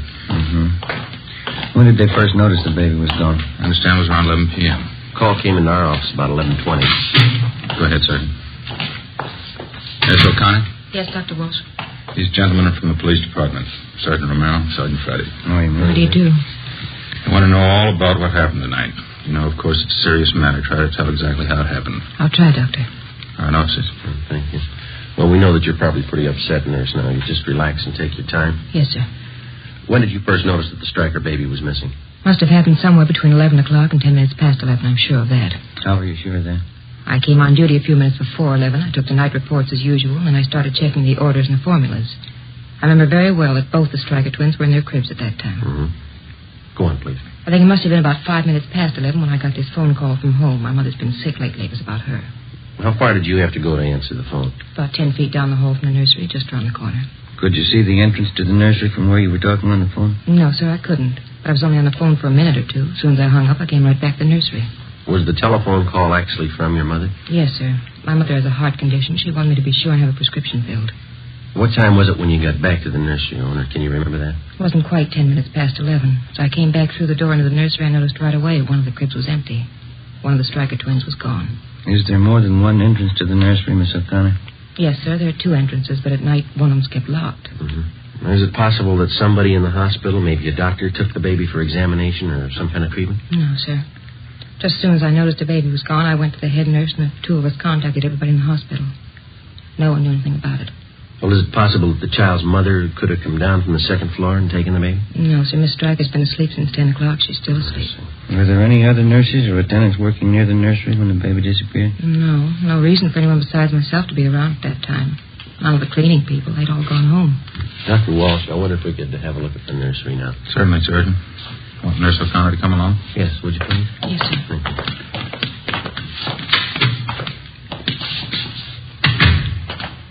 This way, gentlemen. Straight down the hall. What are the hospital visiting hours, Doctor? The usual. 2 until 4 in the afternoon, 7 to 9 in the evenings. Quite strict about that. Mm-hmm. Do you know if all the visitors had left the hospital by 9 o'clock tonight? Well, of course, I wasn't here, but the superintendent of nurses told me they'd all left by 9. She's compiling a list of every visitor we had this evening. Good. They'll all have to be checked. Nursery's right here, officers. Mm-hmm. This empty crib just inside the window here. Yes, sir. It's where the baby was. You can see it's right next to the door here. I noticed that there's no blanket in the crib. Is that missing, too? Yes, sir. The crib's just the way I found it when I came back from the telephone. I haven't touched it. Are there any marks of identification on the blanket or the clothing? Each one stenciled Mercy Hospital. Each baby wears an ID bracelet. Doctor, I wonder if we could have that crib brought out to have it checked for possible fingerprints. Certainly, of course. Is this the other door to the nursery you mentioned, Miss O'Connor? That's right, Sergeant. I checked it. It's locked. That large window on the other side of the nursery. Is that a stationary window? Yes, sir, it is. It faces onto a small court. Well, and whoever took the baby had to use this door. It's the only way they could have gotten in. Oh, excuse me a minute. I want to attend to the baby in there. Sure.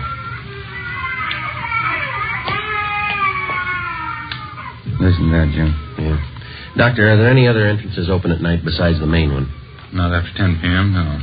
Just the main entrance on Norwich Avenue. There's a nurse on duty there at all times. How about the parents? Is there anything unusual there? No. Father's a working man. Mother's a housewife.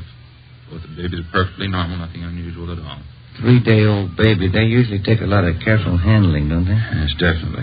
First week's always critical. And this thing, taking a 3-day-old infant out in this weather, cold, rain. Afraid the odds are all against the child. You're sure the main entrance was the only one open after 10 o'clock? Yes. I can't understand it. How could anyone get that baby out of that hospital? How could they? We're not sure they did.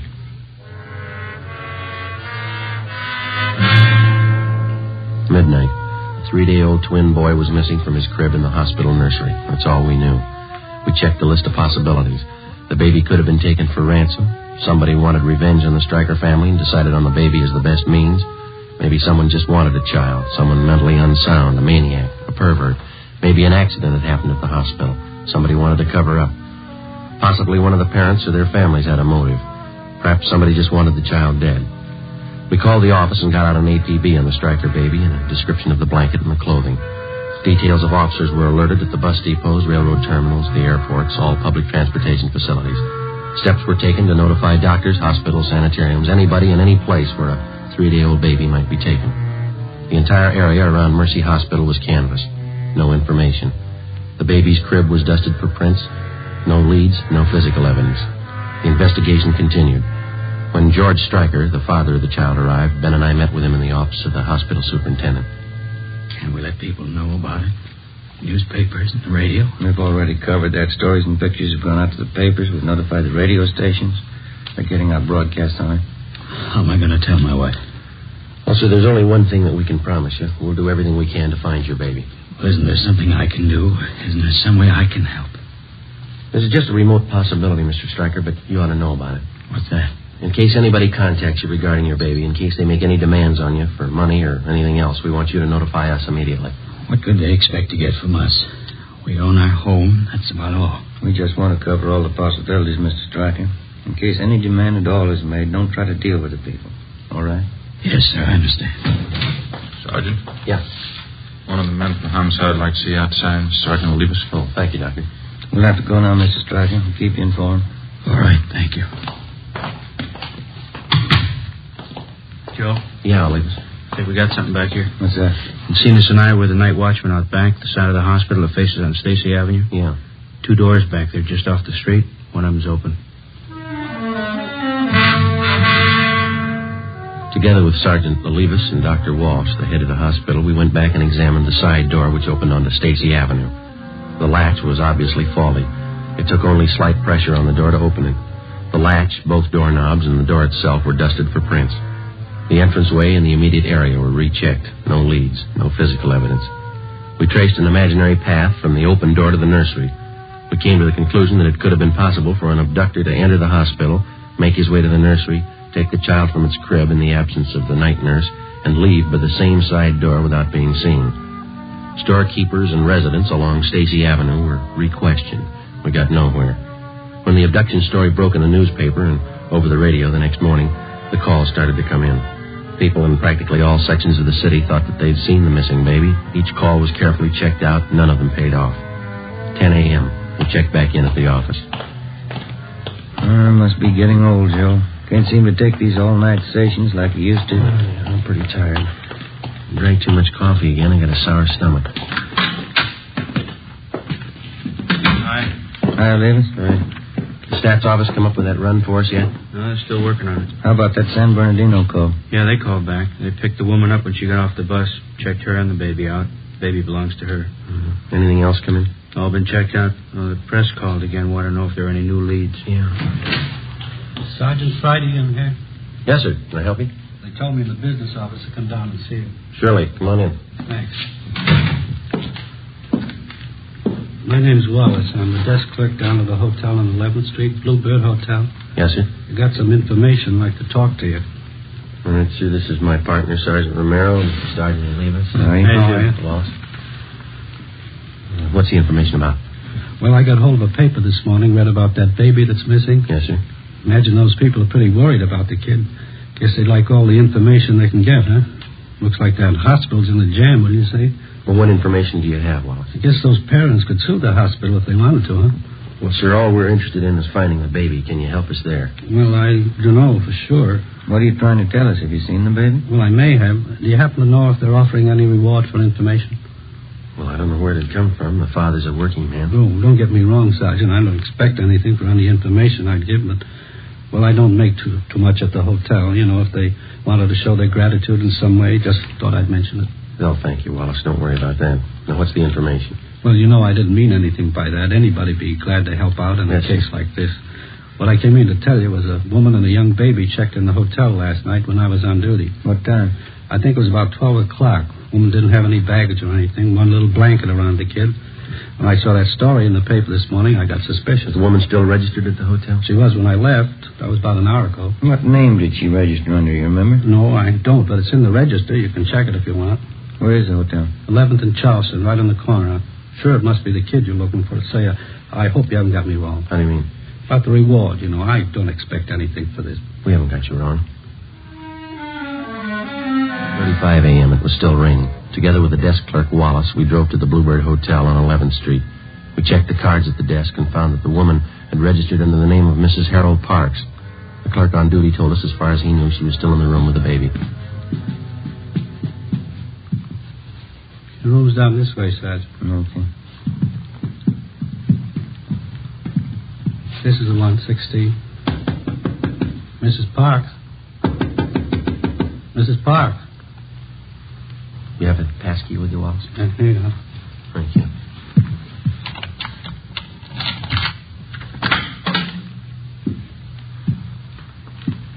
Nobody here. Wait a minute. What have you got? Small blanket. Check the lettering. Mercy Hospital.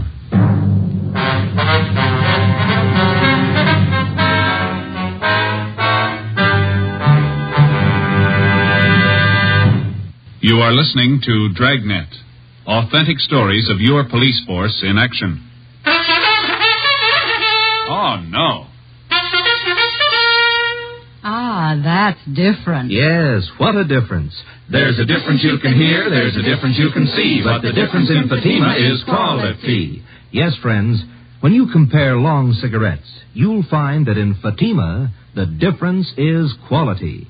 Quality of tobaccos, the finest Turkish and domestic varieties, extra mild and superbly blended to give you a much different, much better flavor and aroma than any other long cigarette. Quality of manufacture.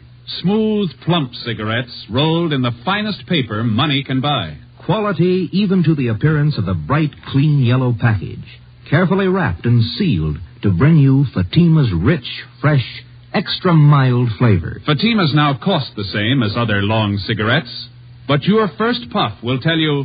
Ah, that's different. Yes, in Fatima, the difference is quality. Ask your dealer for Fatima, the quality king-size cigarette. Best of all, long cigarettes. Start enjoying Fatima tomorrow.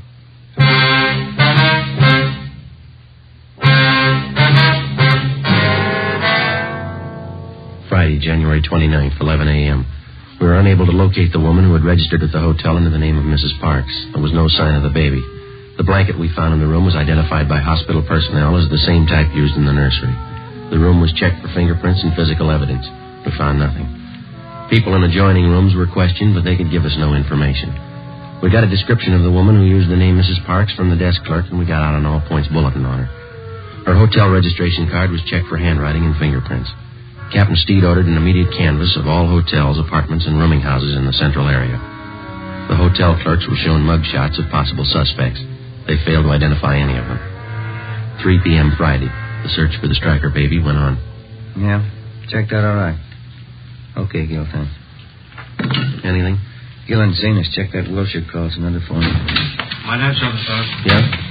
Brewers and I were making the rounds of hotels out along Pico. Stopped at a drugstore for a cup of coffee. Mm-hmm. We talked to druggists while we were there. Had a pretty good story for us. You got a light? Yeah. Here you go. Thanks. This drugstore is 2 blocks from the hotel where the woman stayed. It's open all night. And the druggist told us the woman answering this Mrs. Parks' description came in about 1:30 a.m. Bought a whole raft of stuff. How do you mean, what kind of stuff? Everything for a baby. Bottles, nipples, dextrose, oil powder, all that stuff. Was he sure of the woman's description? He gave it to us before we'd even mentioned what this Mrs. Parks looked like. Right down to the color of her coat. Did she have the baby with her when she bought this stuff? Her druggist said no.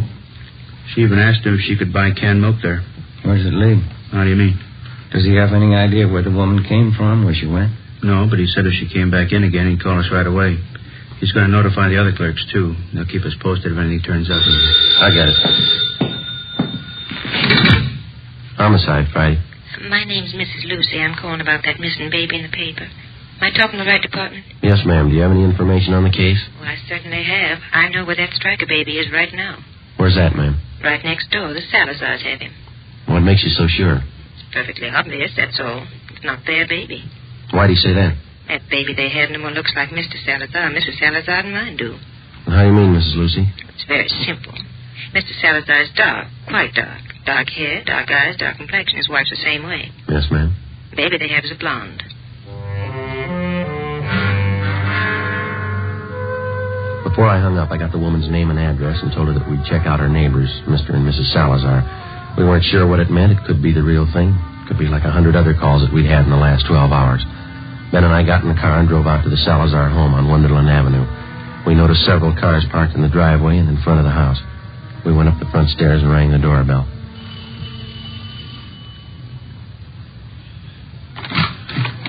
Yes, sir? Come on in, please. We'd like to speak to Mr. Salazar. Yes, sir, that's me. Come on in. Thank you. Come inside. Let me fix you a drink. You're late, huh? No, thank you. We're police officers, Mr. Salazar. I'd like to ask you a few questions. Oh? What's the matter? We making too much noise for the neighbors? No, it's not that, sir. Just like to ask you a few questions. Someplace we can talk. Well, I have to take care of the guests, We have this party here. My son was baptized today, my first son. That's why we're having a party. Yes, sir. We're sorry to interrupt, but this is pretty important. It won't take very long. Well, all right. I guess they can get along for a few minutes. Back here in the kitchen. It's probably the quietest place. Fine. Back this way, officer? Right.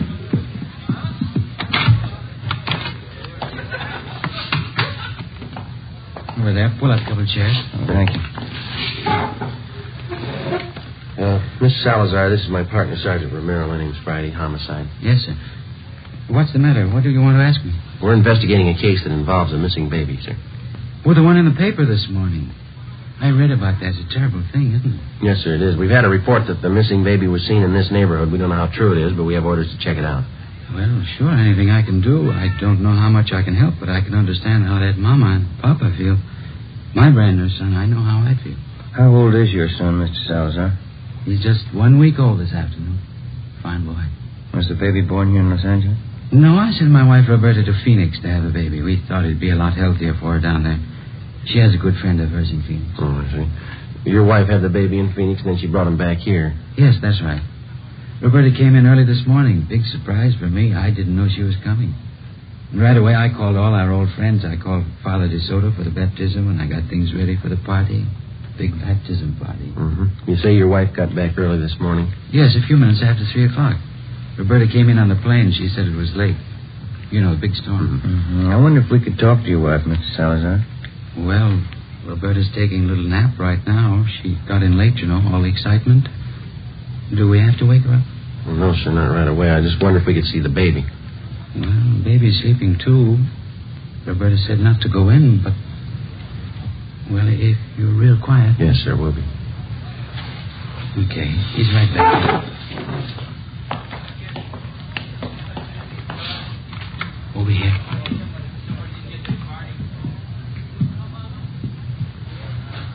Let me pull the blanket down. Yeah. There he is. Big fella, huh? He's blonde. Huh? What do you think, Jim? I think he's got a twin. 5 p.m., Harlan Stahl from Leighton Fingerprints arrived at the Salazar home. The footprint of the missing child taken at the time of birth was compared with the print from the child the Salazars had. The prints were identical. The missing baby had been found. 5:20 p.m., Ben and I talked with Mrs. Salazar in the kitchen of her home. The christening party went on. I don't think I understand what this is all about, officer. What has my baby got to do with all this? You know as well as we do, Miss Salazar. That baby in there, it doesn't belong to you. It's not yours. What do you mean it's not mine? Of course it's my baby. My husband's and mine. I just brought him from Phoenix last night. That's where the baby was born. What are you trying to do to me? That baby isn't yours, Mrs. Salazar. Now, you know that. It was taken from the hospital. How about the truth? You don't know what you're saying. You don't know what you're talking about. It's my baby. He was baptized today. Juan Tomas Salazar. It's my baby. This is a pretty serious matter, ma'am. The baby's footprint has been checked out. The child belongs to a Mrs. Stryker. We want to know how you happen to have him. Because he's my baby. That's why I have him. You don't know what a mistake you're making. He's my baby. I brought him from Phoenix last night. You can ask my husband. He'll tell you. A woman checked in at the Bluebird Hotel on 11th Street about midnight last night, Mrs. Salazar. She had a young baby with her. You fit her description. I didn't go to a hotel last night. The plane landed here from Phoenix. I came right home. The hotel clerk remembers you. He can identify you. So can the druggist when you bought the supplies from. I bought nothing. The plane landed. I came home. It's my baby. It's my baby. We found the baby's blanket in the hotel room you rented. We have your description from at least 3 people, even the color of the coat you wore last night. You can't take him away. He belongs to me. Me and Frank, you can't take him away, please. You can't. Miss Salazar, why don't you put yourself in the place of the real mother of that baby?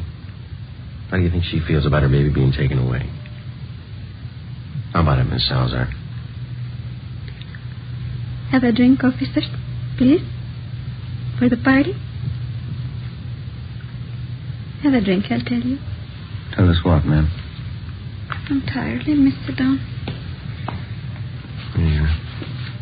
Just for a few minutes. I tell you how it happened. I know you understand. Yes, ma'am. It'll be 11 years next month that Frank and I were married.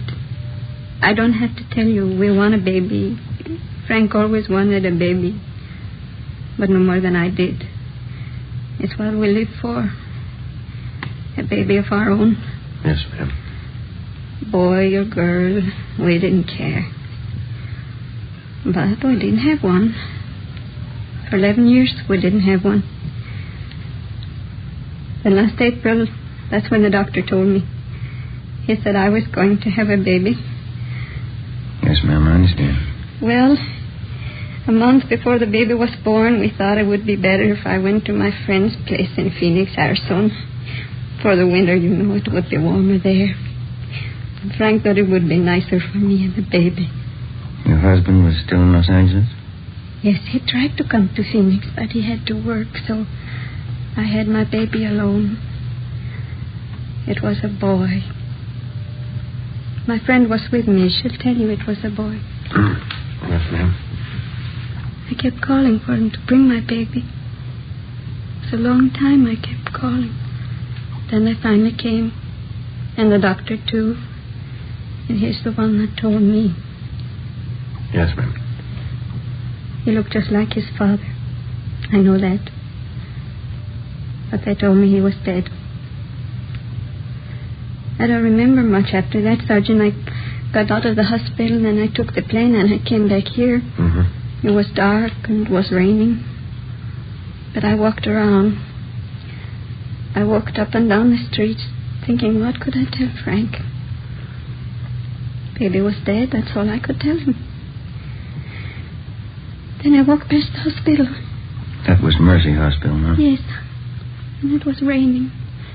And I could see all those babies inside, warm and in their cribs. And I wanted just one of them. Just one for Frank and me. So I went in the side door and I found the nursery. And when the nurse was gone, I took him and left. My baby. I went to the hotel to keep him out of the rain, and when it cleared a little, I took him home. I took him home to Frank. I took my baby home. That's why you want my baby, isn't it? Because I took him? Because my baby died and I took him? Everything will be all right, Miss Salazar. I think we can straighten it out. Roberta, you talked to the officers? Frank, what do you want me to say? It'll be all right, officers. Won't everything be all right? Yes, sir. I think we can work it out. What could I tell you, Frank? What was there to say to you? It's all right, honey. It's all right. I'll go out and tell the people now. And what can you say? What can you tell them? The party's over. It's just a mistake.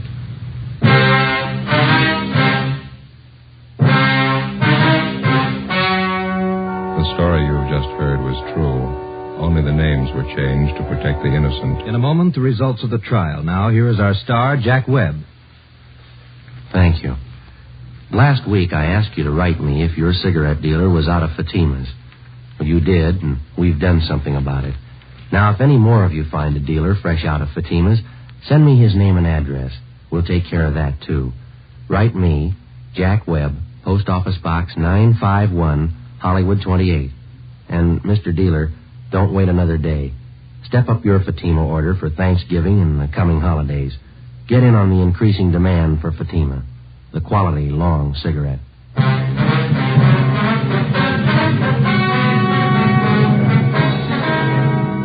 Roberta Salazar was examined by 6 psychiatrists and was ordered to be placed in a state mental institution for treatment. You have just heard Dragnet, a series of authentic cases, portions transcribed from official files.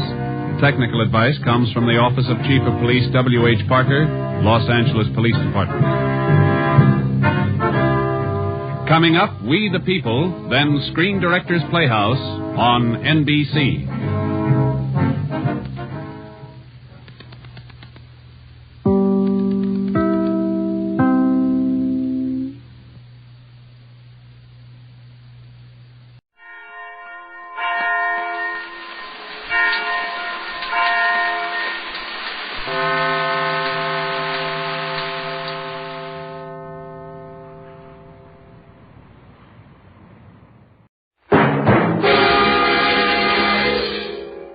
Novak For Hire.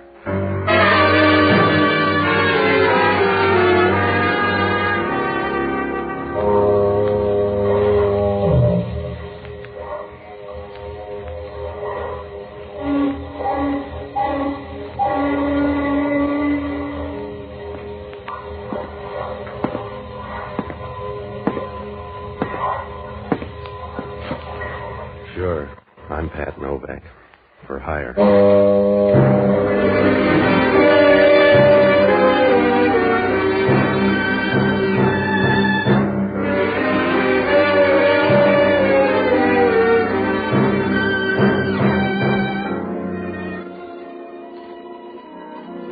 That's what the sign out in front of my office says. Pat Novak for hire. It's an easy way to put it, because if you're going to make a living down on the waterfront in San Francisco, you got to do everything but run for office. I rent boats and kick around a few scruples if the price is right. It's a living, and if anything goes wrong, you can always get your mother a visitor's pass. If you do get in trouble, you go first class all the way. I found that out when I first met Doreen Wilde. It was almost dark, and I was sitting in the office with the door open when she first showed up. Showed up's the right word.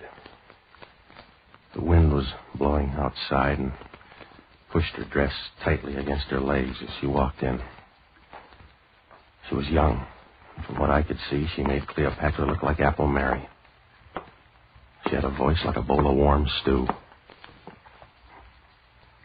Hello. Are you Mr. Novak? That's my story. I'm Doreen Wilde. Mind if I sit down? On your desk here? You'll block the view. You'll get used to the new one. There. Now lean back and let me look at you. I want to hire you, Mr. Novak. After the look or before? You've got a power complex, darling. You know a man named Joe Candono? Well, he's a gambler out on Geary Street. Friend of yours? I don't dislike him that much. We have business connections. That's why I want to hire you. To give him some money tonight. A needy case or a bad debt? A bad debt. Candono has an IOU from my brother for $10,000. You can go from there. Not if I'm supposed to say it was a fixed game. Candono's been around a long time. Yes? That's right. There are only two kinds of gamblers in this town, honest ones and dead ones. So if your brother owes $10,000, he better pay. That's why I'm hiring you. Just pay off Candono and make sure you get the pictures. Pictures of the Grand Canyon, huh? We'll talk about my past some other time. Well, for the moment, we'll just say you're photogenic. That's right. Your brother can't get the $10,000, so Candono's shaking you down. Yes. Yeah. I'll bet you make a nice rattle. How did Candono get the pictures? My brother gave them to him. You got a charming brother. You see only his better side. Will you do the job for $100? How long is it going to take? 2 hours, maybe. You'll have to meet with my brother. To meet with your brother at $100 is coolie wages. He'll give you the information, then you can see Candono. Where do I meet your brother? Room 729, the Dixie Hotel. He'll be there about 8:30. That packing crate down on Powell Street? Your brother's a cutie. I know winos that wouldn't go in there. We'll meet you there at 8:30. Oh? You going to be there? Yes. Do you mind? I can stand it. Do you carry a spare battery for that gleam in your eye? Your $100 covers that, too. See you at 8:30.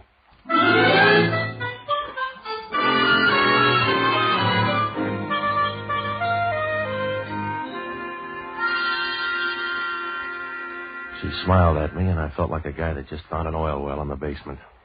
Oh, there were a lot of things about the deal I didn't like, but she kind of made you forget. I kept remembering her as she walked out of there with a slow, easy gait. She had knee action that'd make a Nash jealous. Well, I hit the Dixie Hotel about 8:25. It was the kind of a hotel that has a 4 a.m. checkout rule. There were 2 or 3 guys sitting around reading tip sheets, and over in the corner, a couple of well-upholstered gals were talking about recipes, I guess.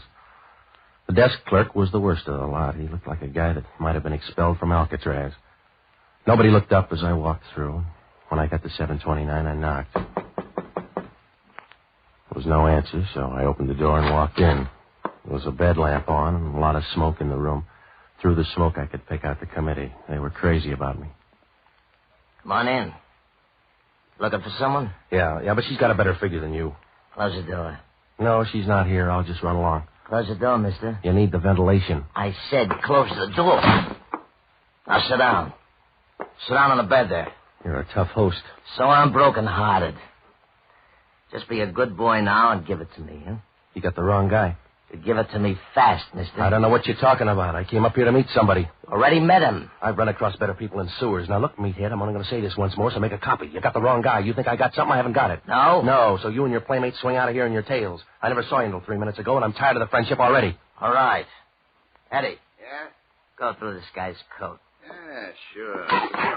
Now, wash your hands, Junior, and then put them in your own pockets. Oh. You got a favorite profile, fella? Because I'm going to put this gun on one side. Take your choice. Grab him, hold him up.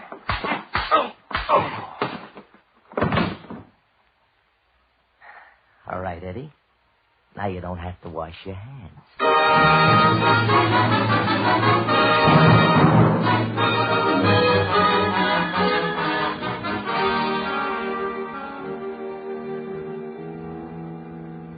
I woke up with a head the size of Rhode Island. I rolled over and tried to get up, but I was about as strong as a moth in a wind tunnel. The room was dark, and I couldn't see very well. There was a stale, musty odor. Could have been a marathon dancer's dressing room. With a little fixing up, the sort of place you wouldn't be found dead in. There was a guy lying next to me who didn't feel that way about it. One look at the guy, and I could see he was dead from the crew cut down. Somebody wrapped a towel around his throat and forgot to say when.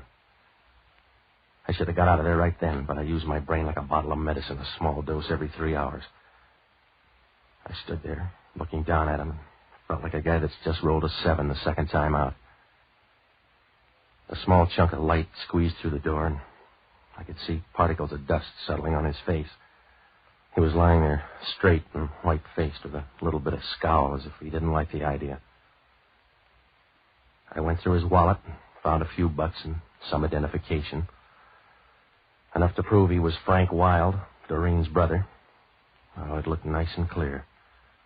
They'd done everything but pin the IOU on his shirt. Well, I couldn't wait around because when Homicide got there, I was going to be as popular as a can of salmon on Friday. Homicide meant Inspector Hellman, a guy that couldn't even make the Vice Squad. We were as close as a piccolo and a bass trombone. I got to thinking about him and decided to get out of there. It was a good idea 5 minutes ago.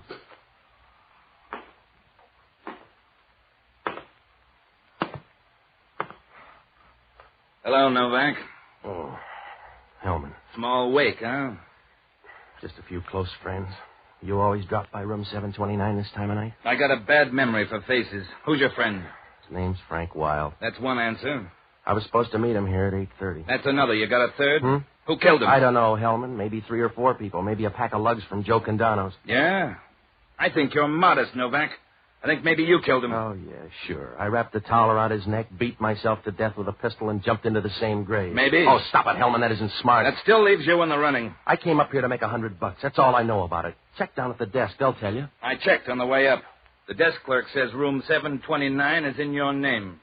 Get your dough back, Hellman. You've been hijacked. Yeah? Look up a gal named Doreen Wilde. Who's she? The stiff's sister. He got in a jam with Joe Candono and bailed himself out with some pictures. Oh. What kind of pictures? You just look her up and find out where she was at 9 o'clock tonight. I got a bird in the hand. And call on Joe Candono. His Gunsel's held a convention here tonight. That's too much legwork. You're handy, Novak. I can't afford a bum rap, Hellman. Get yourself another boy. You get me one. Your hotel room, there's a dead guy in it, and you got a bad record. I can make that add up for the DA. You can't add a pair of zeros without crib notes, Hellman. I can try hard, and I'll be all through in 24 hours. That's how long you got, Novak. You got one day, and you're not going to be lonesome. Because I'm going to put a tail on you the whole time. Well, that'll be fun. I'm going to know where you are every minute. Stop posing, will you? You couldn't follow an elephant across a basketball court. Just stay handy, Novak. I'll be ready. I'm going to fingerprint this room and run that towel through a test. And then I'll be ready. Yeah, you better watch out for that towel. Huh? Remember, when it comes to towels, Hellman, you have to start from scratch.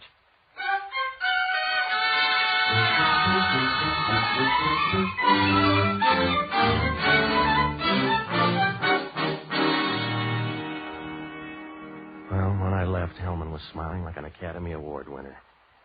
I didn't blame him, because from my side of the road, things looked rough. From here in, he could play a pat hand and come out all right. There were only 2 other people, Joe Candono and that girl. I was real worried, so I looked up the only honest guy I know, an ex-doctor and a boozer by the name of Jocko Madigan. Oh, he was all right for a guy who tries to drink all the whiskey in the world every night, only some night he's going to make it. I finally found him at the Bellevue Hotel, holed up in the hunt room. He was getting the most he could out of a bottle, old whiskey and young ideas. It was 10 o'clock, and he was carrying a bigger load than the Berlin airlift. Oh-ho! A drink for Mr. Novak, and one for me. I'll have to catch up. Skip me. You busy, Jocko? I'm deep in the labor of love. What happened to your face? I got a better offer. I'm in a jam, Jocko. You got to help me. You're always in a jam. You're the eternal patsy. Also, you're my solitary reason for going on. Forget it, Jocko. Well, you're the last project Providence has allowed me. An hors d'oeuvre that fate has thrown me to nibble on. I'm your conscience, you know. Yeah, all right. You have no conscience of your own. Oh, you have fleeting moments of fright which you confuse as moral sense, but no conscience. All right, let's get off the platform, shall we? I need help, quick. What kind of jam? A big one? Yeah. I woke up about an hour ago holding hands with a dead man. Where? Room 729 at the Dixie Hotel. I hope you changed rooms. Hellman walked in and found me praying for the dead. He's got an idea I did it. A shrewd policeman. That was the second feature. We opened with a pistol whipping by Joe Candono's Gunsel's. Oh, you got to help me. Would a drink help? Hellman's got a guy tailing me. I got to go slow, Jocko. I want you to hit Candono's place and pick up every scrap of dope, will you? I'd look out of place in a gambling joint. There's a bar. Tour the joint and find out when the boys got back, huh? Where do you plan to be? Hiding under a rose bush? I'm going up to see a girl. She's the dead guy's sister. Are you going up to extend sympathy? She's mixed up, too. Candono's holding some blackmail pictures. Let's reverse the assignment. Now, look, you see Candono. I'll tag by Doreen Wilde's place. Huh? She must be Harry Wilde's daughter. Who's he? The money crowd, to use a low term. What's he like? A retired octopus. After he got sick of chasing cigarette girls, he settled down to be a social worker. Yeah? Now he's like all social workers. A guy who's embarrassed because he wasn't born poor. And for years he's been annoying the poor by trying to help them. Hit Candono's place. Now, if you hit anything good, phone me at her apartment. And keep out of trouble. Well, I'd say the same to you if it weren't futile. Good night, lover.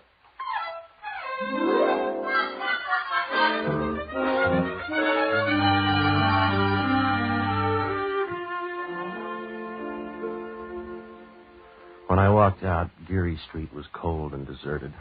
The fog had moved in and staked out a claim all the way down to Market Street.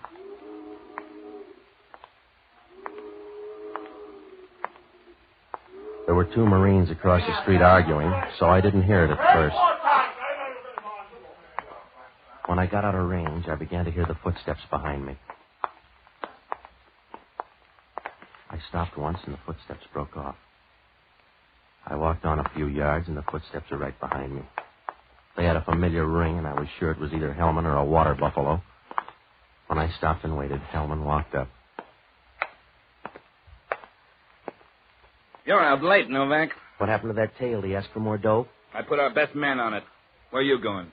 Well, now, I'll bet you get some real good answers on that question. Where you going, smart boy? Doreen Wilde's apartment. Yeah, why? To find out where she was at 9 o'clock tonight? It won't do you any good. Why? Coroner's report. The guy got knocked off about 7 o'clock tonight. Well, he took a long time dying. That towel was a joke.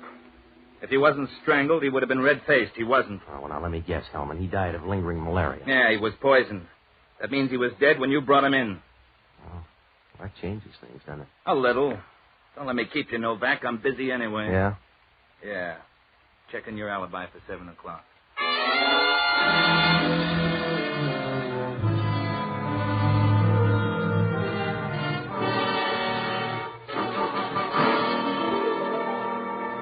I had no alibi for 7 o'clock. That was right after the girl left my office. Oh, I might be able to dig up a witness, but I wasn't sure. It's like asking a horse if he's going to win the Derby. Well, the questions were piling up, so I dropped by Doreen Wilde's apartment. I began to wonder. It was right next door to Candono's place. When she opened the door, I found out what the right kind of breakfast food will do. She was wearing a slack suit without much slack, and she was swinging slightly in a warm, slow way. Well, if there was any rhythm there, it's the kind you hear 1,000 miles down the Amazon. And when she said hello, you knew it was all chemistry. Hello, Mr. Novak. I missed you at room 729. This'll do just as well. Come in. Yeah.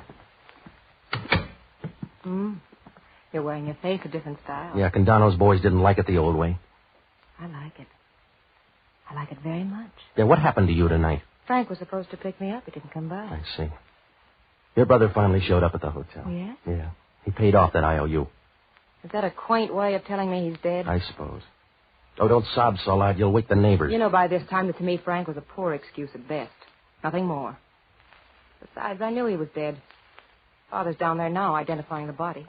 Just for the record, who has those pictures now? Candono, I suppose. His boys piled me tonight looking for something. I got the idea it wasn't my Social Security number. Oh, you've had a busy evening. Yeah, they're going to book me for Frank's murder. Just call me Patsy. You need a drink then, darling. It can wait. Now, look, you're going to save some time if you tell me right now. No, I didn't kill Frank. I'd be willing to contribute to a shrine for the man who did. How about Candono? I don't know.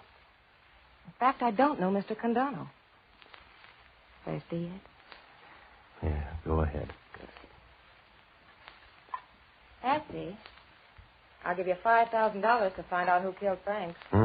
Oh, I'll admit it was a good idea killing him, but I want to see the family name cleared up. Why don't you change names? That's easier. Oh, don't be crude. Will you do it?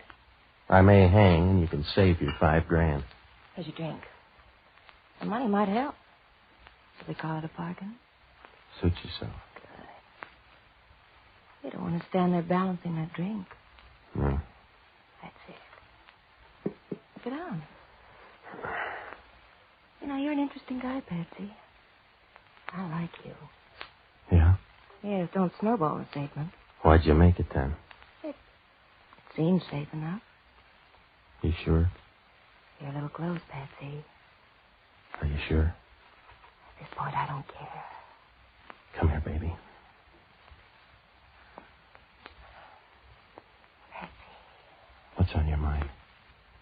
Where I can buy a desert island cheap. Looks like you got an offer.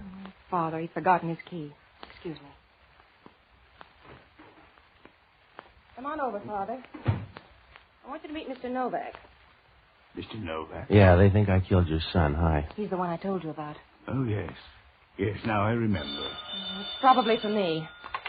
Hello? Oh, yes. I think so. I'll be right there. I've got to run, darling. Only be gone a while. Father, keep Mr. Novak sober, I'll pick up from there. Good night, Father. See you soon, Betsy. A remarkable girl. She's active, too. Does she always sail out for a night camp? A remarkable girl. More so than Frank? Yes, I'm afraid so. You seem to like him better dead. Well, at least he's more harmless that way. But perhaps that sounds unbecoming of a father. Well, if he looks better that way, suit yourself. Well, I've never made any attempt to camouflage my feelings. I'm fond of my daughter. And my son, I've loathed. In a casual way. He's a mishap of nature which for years I've been content to blame on his mother. This matter of the gambling debts, case in point. You know about that? Oh, yes. Plus Doreen's liberal contribution to the problem. By the way, Mr. Novak, who did kill him? I thought maybe you did. No. I'm not a doer. I just cheer from the grandstand. Excuse me. Hello? It's for you, Mr. Novak. Yeah. Hello. Hello, Patsy. I'm down at Candono. I know that. What'd you find out? Never played 2 and 8 on a roulette wheel. All right, drop the clowning. Well, I found out about your friends. Yeah? They came in about 10 o'clock, so that puts them right in line. No, not anymore. The guy got knocked off at 7 o'clock. Oh, impatient, wasn't he? In that case, you better start looking for a tie-up between the girl and Candono. Not a chance. No? She doesn't even know Candono. She makes friends very quickly then, because she just walked into his office.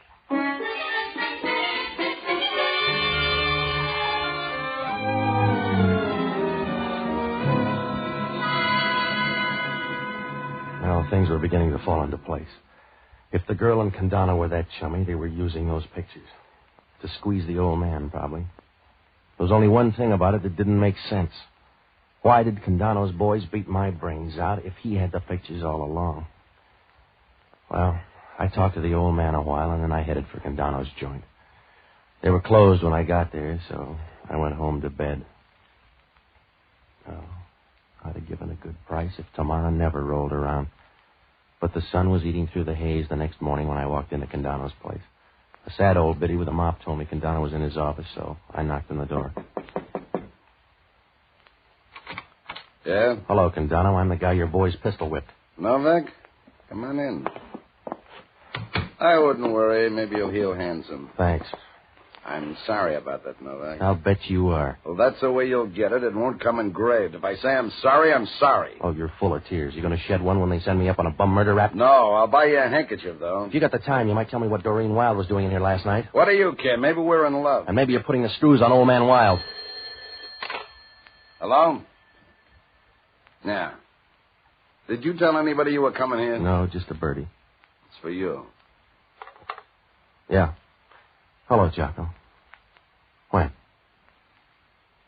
Well, from where I'm sitting, it doesn't make sense. No, of course not. Yeah, I'll let you know.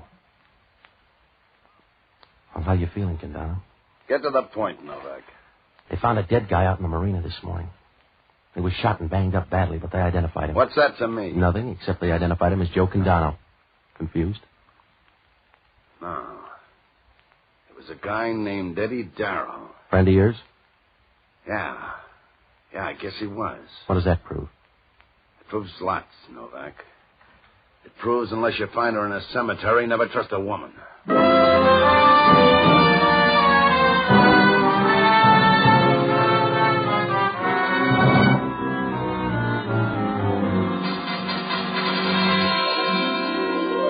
Well, with a good assist from Deep Short, we could make it now. I knew that. Candono was mad about something, and the lid was going to blow. I called Hellman. His lid was gone 10 minutes ago. He had the murder gun, and it belonged to old man Wilde. A messenger walked in and put it on the sergeant's desk a few hours ago with no explanation. Oh, that was the clincher. From here on in, it was cakes and ale. I told Hellman what I knew. He picked me up at Geary and Taylor, and we headed for the Wild apartment. The girl and the old man were in the living room when we walked in. Everybody had breakfast? Patsy, I didn't know you came out till after dark. Well, we just wanted to call on your old man. Wild, this is Inspector Hellman. Is there anything I can do? You're ambitious, Wild. Hellman's here to arrest you for murder. I'm amused, but not frightened. They might have gone easy on you for killing your son, but not Eddie Darrow. And who is Eddie Darrow? The guy you thought was Candono when you killed him last night. Your daughter was helping him put on that squeeze. She even sent in your gun this morning. Please, Doreen, tell these men. Well, the starting backfield. Hello, Candono. Step aside, Novak. You don't need that gun, Joe. Not for long. All right. Push the girl out there. Push the girl out there. For a gambler, these are bad odds, Joe. Just keep talking loud, and when you stop, all of a sudden, you'll know I'm through it. You made the first switch, Joe. I didn't trust you, so I sent Eddie Darrow up. He was a good guy, and I liked him. I didn't kill him, Joe. You made it easy, though. Say 'em fast, baby. Here it comes. Look out, Doreen! Watch the old man. Give me that gun. Yeah. They keep shooting the wrong people around here. I'm sorry, Hellman. I bungled, huh? Yeah, you bungled, Joe. How's the old guy, Novak? You should live so long, Hellman. He's dead. You're gonna need me soon, huh, Hellman? Yeah, right now. Come on, Joe. Tag by headquarters, Novak. Sure. Well, it was fun while it lasted. Yeah. I'm sorry he jumped in front of me. He didn't have to do it. No, but you expected it. I suppose. I'm made to expect things, Patsy. Uh-huh. And you're not going to mind this. I expected that, too. You can slap me, but don't leave me, Patsy. I don't want to be alone. You got a cigarette? They're on the table. I see. A match, Patsy?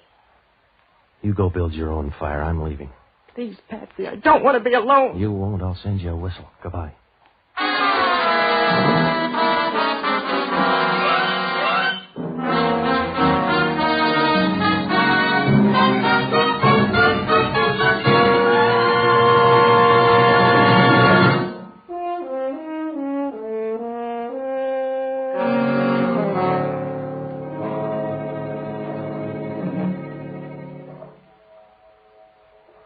A sweet double cross right from the start. Frank pitched the first curve. He stole the pictures from Candono's office the day of the payoff. He was going to wait for the dough from his sister and skip. In the meantime, the old man found out about it, killed the son, and left him in the hotel after Candono's boys had cleared out. Oh, it would have worked out all right, but Doreen found the pictures in the old man's room and guessed what happened. She gave him back to Candono and then made a deal with him to put a squeeze on the old man. And then she double-crossed Candono by tipping off the old man that Candono was on his way up.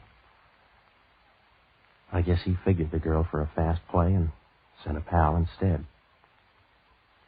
The old man didn't know the difference. He really thought he killed Candono. And then the girl wrapped it up by sending his gun to headquarters. Well, things had gone right. She'd have been right in the middle of that gravy boat. Her brother and Candono would be dead. Her father would be up on a murder rap. Once it started to unravel, it moved real fast. The first tip-off I got was when she offered the dough for her brother's killer. She'd have all that dough, and on the books she'd look like a field of Vermont snow. She was feeling around between somebody's shoulder blades, and from then on, all the cards fell just right. Candono was probably right. If they're not in the cemetery, watch out. Well, Hellman had only one question. Why would a guy want to kill off a dame like that? After I saw the pictures, I wondered myself.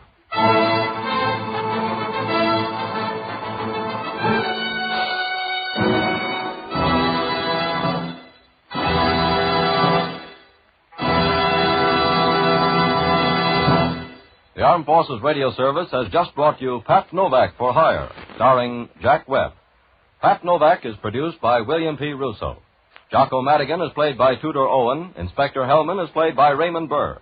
Music was composed and conducted by Basil Adlam.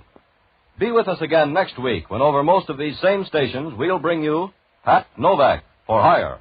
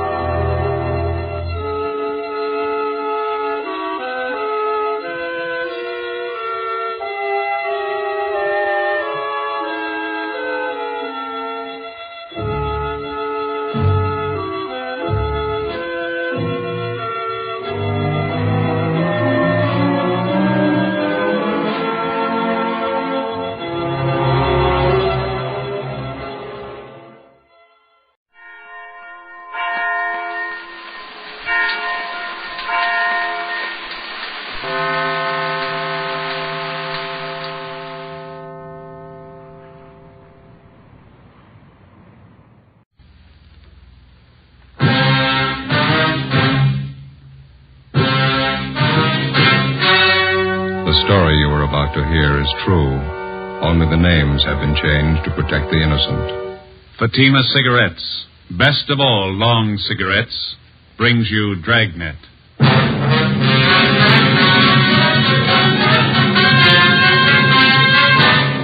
You're a detective sergeant.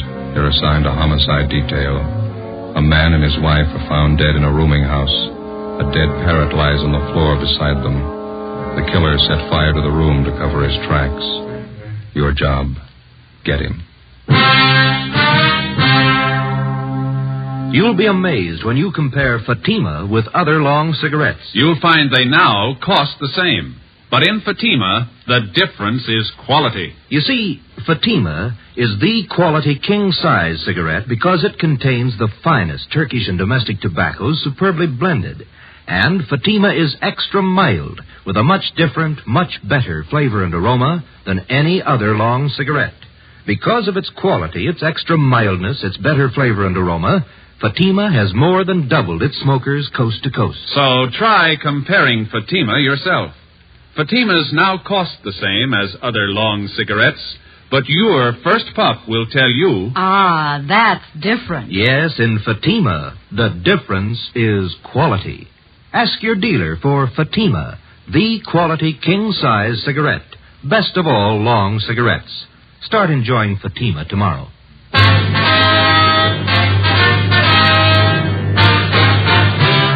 Dragnet, the documented drama of an actual crime. For the next 30 minutes, in cooperation with the Los Angeles Police Department, you will travel step by step on the side of the law through an actual case transcribed from official police files. From beginning to end, from crime to punishment, Dragnet is the story of your police force in action. It was Wednesday, April 2nd. It was windy in Los Angeles. We were working the early morning watch on a homicide. My partner's Ben Romero. The boss is Thad Brown, chief of detectives. My name's Friday. I was on the way back from communications, and it was 5:25 a.m. when I got to room 42. Homicide.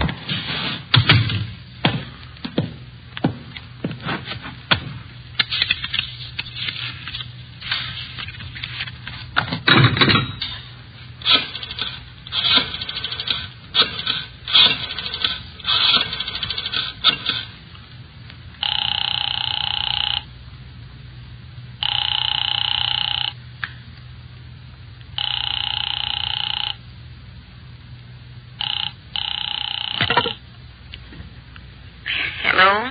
Is this Miss Jones? Yes, who is it? This is Joe Friday. I'm sorry to bother you, Miss Jones. Is Lee there? Oh, yes, Joe. Just a minute. I'll wake him. Lee, honey. Lee, it's Joe Friday. He wants to talk to you.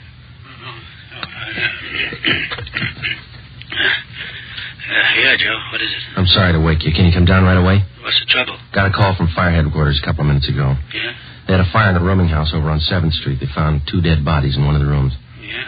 They suffocated? Well, the battalion chief doesn't think so. They found both bodies on the bed. There was evidence of arson in the room. What kind of proof they got? The victims. That's why we called you. What you got?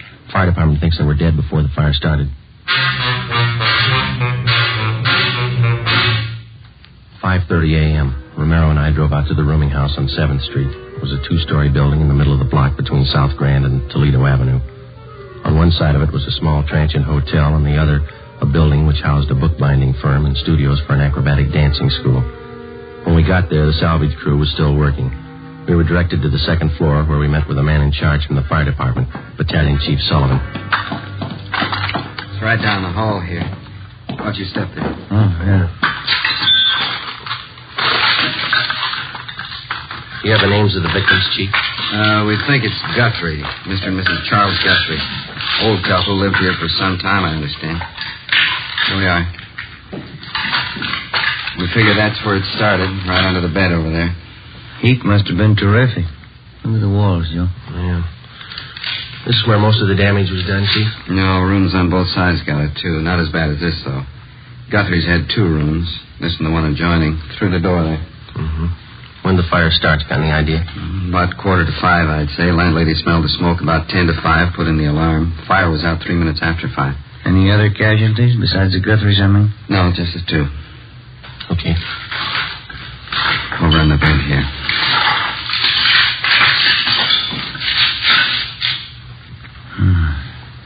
Yeah. Well, the worst I've seen. Yeah, it's pretty bad. Ben, you can see from the position of the 2 bodies, doesn't look to me like they suffocated. Mm-mm. No evidence that they tried to get out of the room. Both relaxed. Looks like somebody did them in and tried to cover with arson, huh? Oh, Chief. Yeah? On the floor there. Oh, yeah, a parrot. Somebody wrung its neck, looks like to me, and then threw it there on the floor. Oh. There's the empty cage there in the corner and doors open. Chief? Yeah, why? Schubert's still talking to the landlady? He hasn't come back. Clyde'd like you to meet Friday and Rebello. No. Sorry, Friday and Romero, homicide detail. This is Clyde Wine from the arson squad. Hi. How are you? You want to show him that setup, Clyde? How it was touched off? I'm glad to. You can take a look under the bed there. Tells most of the story. You see directly underneath there? Let me see. Mm-hmm. What is that, Wine? Pretty charred. Rags and papers. Had a good soaking in kerosene before they were touched off. Strung out all under the bed here. Yeah. Couldn't miss, huh? Thorough guy, whoever set it up. Most of the carpeting in the room was doused with kerosene, too. This much you can count on. The man who touched it off knew something about timing devices. Want to show him that rig, Clyde? Right here. Yeah? Ordinary electric heater. This automatic timer was connected to it, then plugged in. Heater was placed under the bed right next to the rags and papers. Timer was set probably for about 4:45 a.m. Mm-hmm. Timer let go on schedule. Heater warmed up. Rags and papers caught fire, then the mattress. You can see the rest for yourself. That timer pretty intricate, Wine? The man who put it together was no amateur, as the chief said. Must have known something about clockwork. Hi, see you a minute. Yeah, Mac. Excuse me, I'll be back in a minute. Do that. Thanks very much. You find anything else that might tie in, Chief? Not in this room, no. Dead parrot there. Door of the cage open. Probably a pet. Might have been out of the cage at the time of the fire. Is it possible the parrot could have suffocated, Chief? Not from what I can see, no. As I say, it looks to me like somebody wrung the bird's neck. A few green feathers on the floor there. Mm-hmm. That's the adjoining room in there. Okay.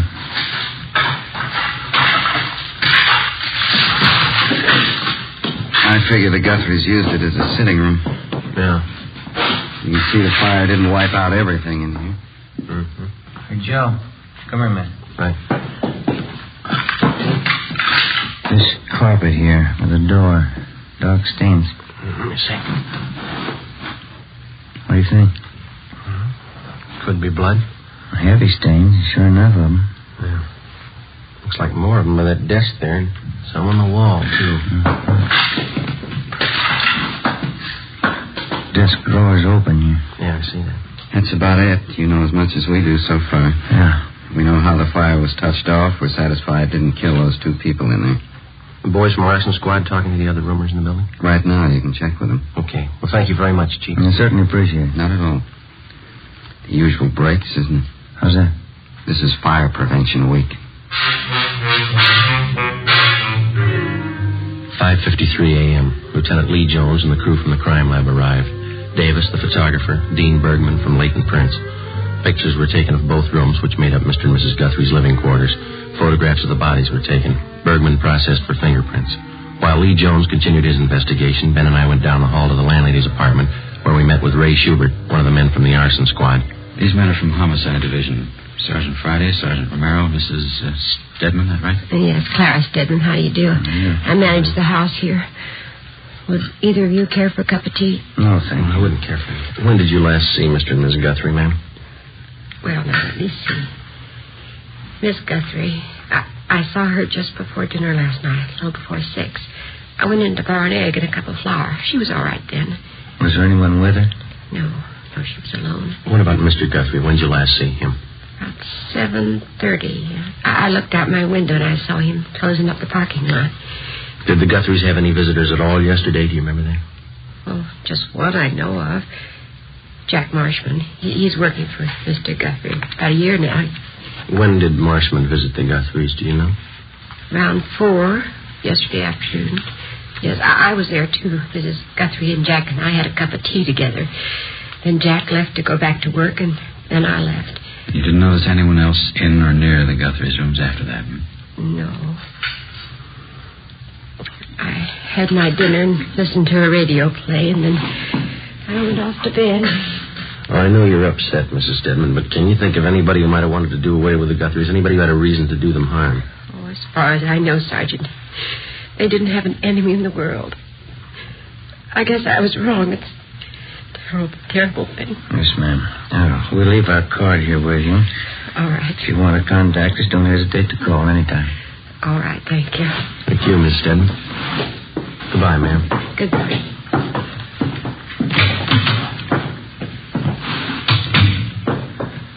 What time are you? 6:15. It's pretty early. They ought to be able to post the bodies for us this morning. Say Friday? Oh, yes, Chief. Jones, your crime lab man's looking for you. Thank you. Ben, you called the coroner, didn't you? Yeah, he's on his way over. Right.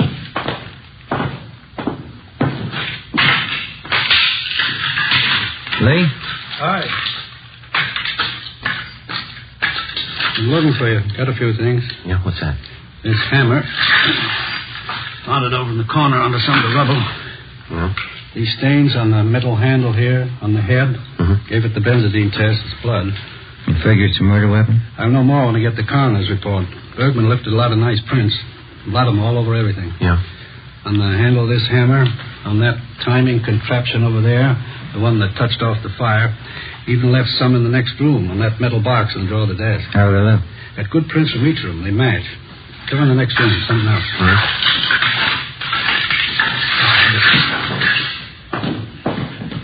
Yeah?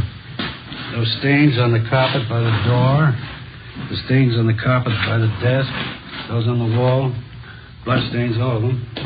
And you can see here, trail of stains, all leading through the door into the murder room. You figure they were murdered in here, and then the killer took the bodies in the next room and put them on that bed. Huh? Then he set fire to cover up. That's my guess. How about the prints on the box in that desk, Lee? Might have been money in the box. Possible burglary? That's an angle. I'll take scrapings from these stains on a biological precipitant when I get back to the lab. I'll let you know how it comes out. Better start finishing up here. Right, Lee. Thanks very much.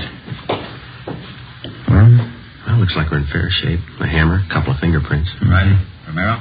Yeah, Schubert? That fellow that worked for Mr. Guthrie in the parking lot, Jack Marshman, just got here. Did you talk to him? Wyatt and I have him in one of the empty rooms down the hall. Thanks. Which way? Down here. Seems pretty well broken up. You talked to anyone besides you since you got here? No, I told him the Guthries were dead, that's all. It's taking you pretty hard. Which one? Right here.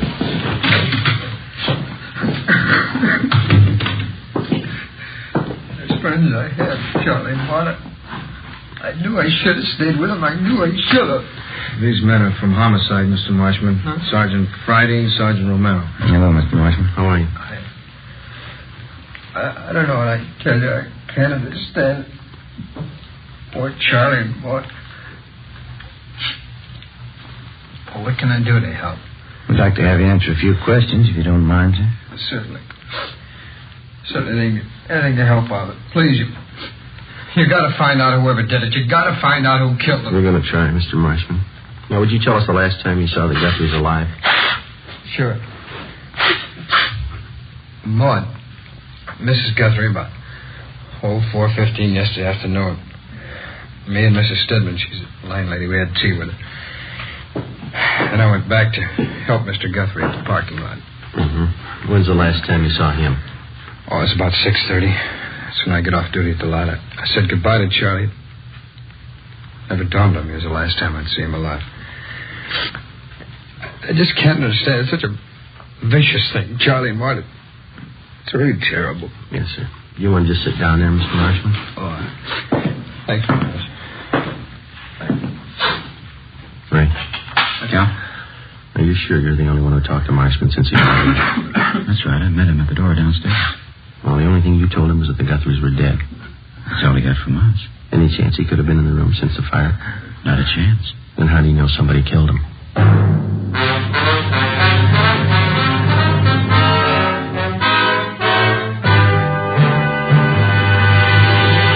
You are listening to Dragnet, authentic stories of your police force in action. You'll be amazed when you compare Fatima with other long cigarettes. Buy a pack. You'll find Fatimas now cost the same. Light a Fatima.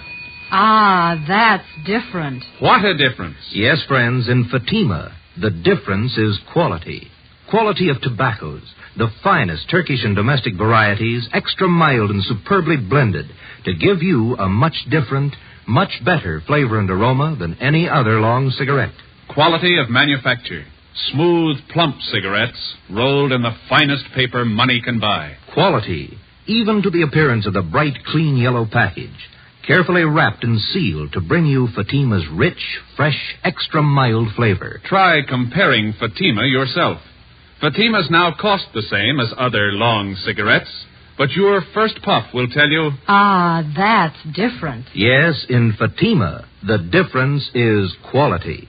Ask your dealer for Fatima, the quality king-size cigarette. Best of all long cigarettes. Start enjoying Fatima tomorrow.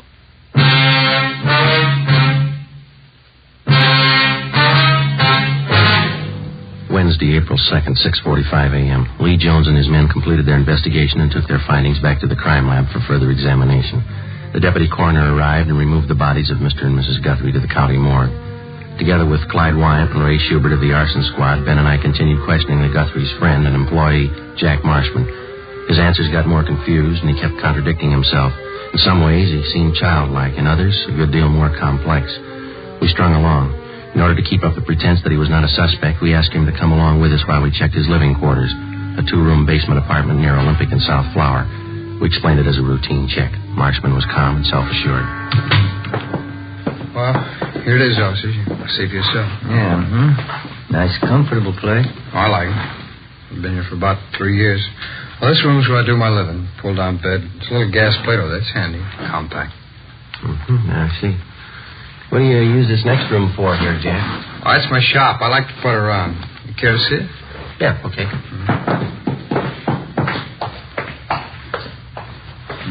It's very nice. What's your hobby? Watchmaking here. Used to be a watchmaker. I haven't worked at it lately, though. Job's pretty hard to find. Yeah. These parts here on the bench. You making something, Jack? Oh, just fooling around. Old alarm clock there. I'm fixing it up for a friend. All these wires and things. They all go into the works, huh? More or less, yeah. Just something I was fooling around with. It keeps me busy, you know. I like a hobby. They say it's good for you. That's what they say, yeah. Where does this door go, Marshman? Oh, it's my closet. Just some clothes and stuff in there. Just junk. Don't mind if I look, Lee. It's only a closet. It's just clothes and junk. There's nothing to see. Say, Jack, do you usually keep this stuff around? Huh? Oh. It's kerosene, and it's pretty dangerous to store like this. There's no cap on it. Yeah, I'm glad you reminded me. I got to get a cap for that. I use it to wash up. My hands get dirty working around the bench. This shirt, these trousers. Are yours, Jack? I wish you wouldn't drag that stuff out. It gets my stuff all mixed up. Yeah, they're mine. That's what I figured. The stains here is quite a few of them. Some kind of paint I was using. I'm pretty sloppy with paint. That's not paint, is it, Jack? It looked like blood to me. Well, what difference does it make? They're working clothes. I think their reason was in the day. Oh, why don't you lay off? Who cares what kind of stain it is? You come in here snooping around, looking all around. I invited you in here. I didn't give you the place. This is my apartment, and this is my shop. Now, you can get out. You hear me? Both of you can get out. What's the matter, Jack? I said you can get out. All right. You want to tell us before we go? I'll tell you what. Why you killed the Guthries. What do you mean? Why did you kill Mr. and Miss Guthrie? No reason. I just did it. 9 a.m. We put the stained clothing and the materials from the workbench in the car. Together with the suspect, we headed back for the office. On the way, Marshman was quiet. He asked for some breakfast. We stopped and bought him some ham and eggs. We tried to get him to talk. He refused. After breakfast, we dropped the stained clothing and the other things at the crime lab, and then we drove to the city hall. We parked the car in front of the Spring Street entrance and started up the stairs. Hey, wait a minute. What's wrong? I've been thinking. Yeah? It's all a mistake. What is? I didn't know what I was talking about. I didn't kill him. 9:47 a.m. Ben and I took the suspect into the interrogation room. We checked him through R&I. He had a record of 2 petty thefts the year before. We went back to the interrogation room and got on the phone. We called latent fingerprints. We made them, Joe. The prints on the hammer, the timing device, and the metal box on the desk. They all belong to Marshman. 10:03 a.m. I called the county morgue. Bodies identified as Mr. and Mrs. Charles Guthrie. Cause of death, Mrs. Guthrie. Multiple depressed fractures of the skull. Subarachnoid hemorrhage. Blunt instrument. Cause of death, Mr. Guthrie, about the same. Compressions of the brain in the occipital area around the brainstem. 10:25 a.m. I put in a call to Lee Jones at the crime lab. The materials from the workbench are the same that went into that automatic timer, Joe. Piece together the cut ends of some of the wires. They match. How about the stains on his clothes? Human blood. 10:45 a.m. We laid it out for the suspect, step by step. Let me rest a while. I'll feel better. Let me think. We stayed with him. We waited. 11:20 a.m. The suspect opened his eyes. Sergeant? Yeah? I want to talk about it.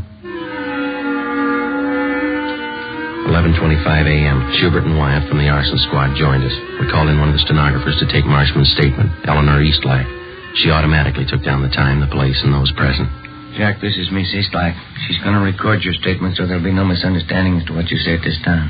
How do you do, man? Oh. Joe, you want to handle the question? All right. Jack, we've got a few preliminaries here for you.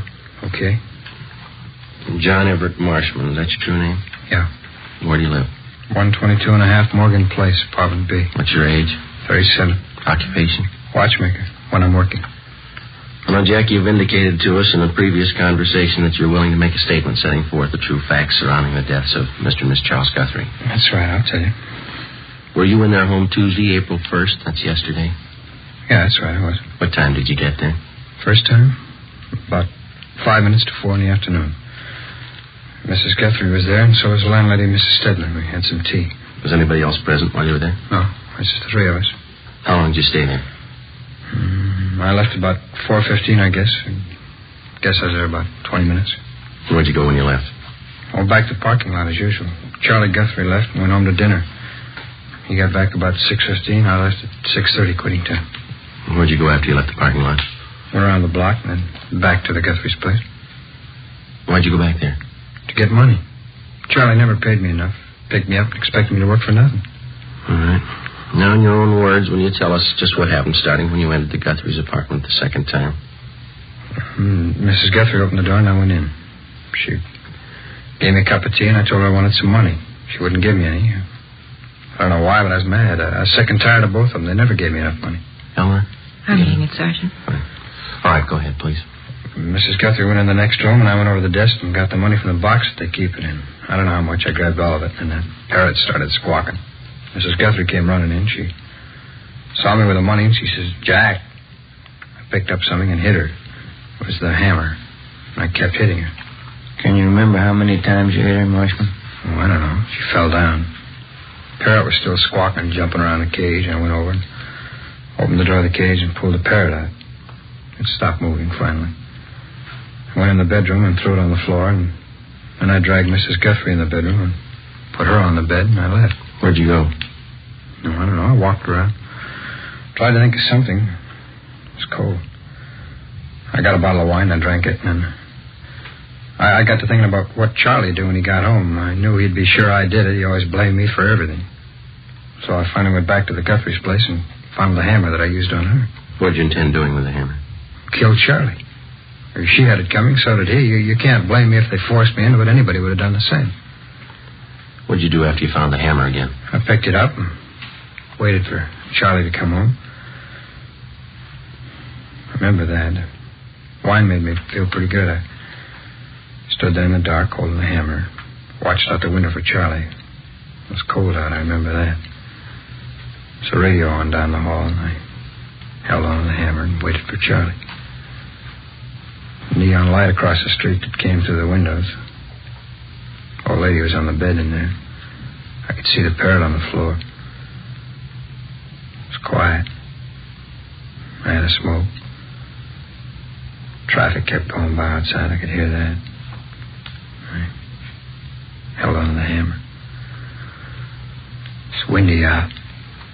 I kept thinking Mrs. Guthrie was looking at me from the bed, but she wasn't. Charlie came home at the usual time, a little after 7:30, and I stood by the door. He came in and closed the door after him. When he reached for the lights, I hit him. He fell down, I hit him some more. You couldn't blame me. Anybody would have done the same. Anybody would have, the way he kicked me around. How many times did you hit him, Marshal? I don't know. Was it twice? 3 times? Hit him till he quit moving. That's all. I took him, dragged him into the bedroom, put him on the bed with his wife. I put him over. Wiped the stains off of me and left. It's the only thing I could do. Where'd you go then? My place. I knew that timer had to do the trick. I put it in a shopping bag with some stuff, and I went back to the Guthries. They were still there on the bed. Parrot was on the floor. Would you repeat that last part, Mr. Marshman? Oh, I said they were still on the bed, the Guthries, and the parrot was on the floor next to the bed. Put the kerosene on the carpet and the rags and paper under the bed and rigged up the electric heater and the automatic timer and set it off. A little slower? Yeah, we'll just speak up, Jack, and then slow it down just a little bit. Oh, sorry. How did you rig the timer to set off the heater, Marshman? Can you tell us? Oh, it'd take all morning to tell you. You got the timer. I'll take it apart and explain it to you if you want. All right. What was your purpose in setting fire to the room? You knew both Mr. and Mrs. Guthrie were dead, didn't you? Well, sure. Sure they were. They forced me into it. They set the fire to make it look like an accident, like they'd burned to death. Well, what'd you do after you set the timer? Oh, I left, went down the street, bought a couple of bottles of wine, talked to the guy a minute. I walked around a while. It was too cold, so I went home. When'd you get home? 2:30 maybe. I don't remember too well. Did you go right to bed? Yeah. Did you go to sleep? No. I laid there and read a movie magazine, drank the wine. Finally, I finished up the 2 bottles and dozed off. What time did you get up? A little before 6 this morning. Went down to the Guthries to nose around. That's when I met you guys. Well, you know all the rest because I've been with you ever since. All right, Jack.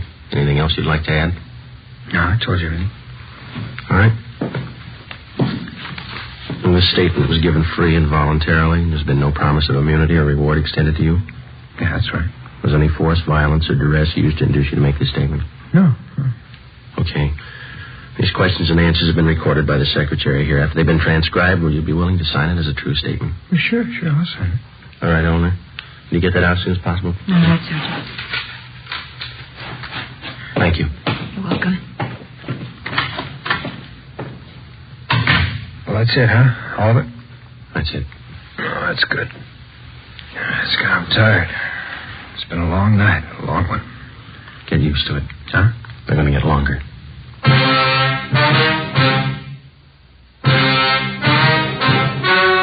The story you have just heard was true. Only the names were changed to protect the innocent. On July 29th, trial was held in Superior Court, Department 86, City and County of Los Angeles, State of California. In a moment, the results of that trial. Now, here is our star, Jack Webb. Thank you. Recently, I've asked you to send me the names of cigarette dealers who are out of Fatimas. You see, the demand for Fatimas is so great that I want to make sure that all of you can buy them. So keep your letters coming. If you find a dealer fresh out of Fatimas, let me know and we'll have something done about it. Write your dealer's name and address on a card and mail it to me, Jack Webb, Post Office Box 951, Hollywood 28. And now for you, Mr. Dealer. The coming holiday season will find new thousands insisting on Fatima quality.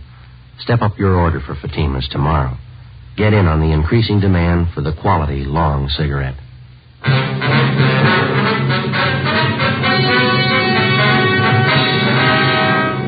John Everett Marshman was tried and convicted of murder in the first degree, 2 counts, and arson, 1 count. He is now serving a life term in the state penitentiary without possibility of parole. You have just heard Dragnet, a series of authentic cases from official files. Technical advice comes from the Office of Chief of Police W.H. Parker, Los Angeles Police Department. Fatima Cigarettes, the best of all long cigarettes, has brought you Dragnet, portions transcribed from Los Angeles. Coming up, We the People, then Screen Directors Playhouse on NBC.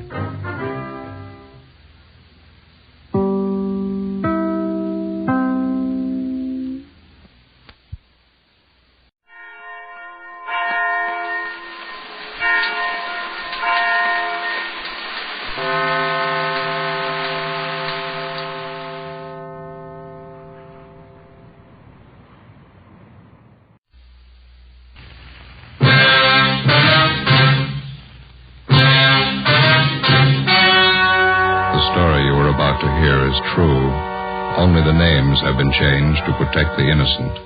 Fatima Cigarettes, best of all long cigarettes, brings you Dragnet.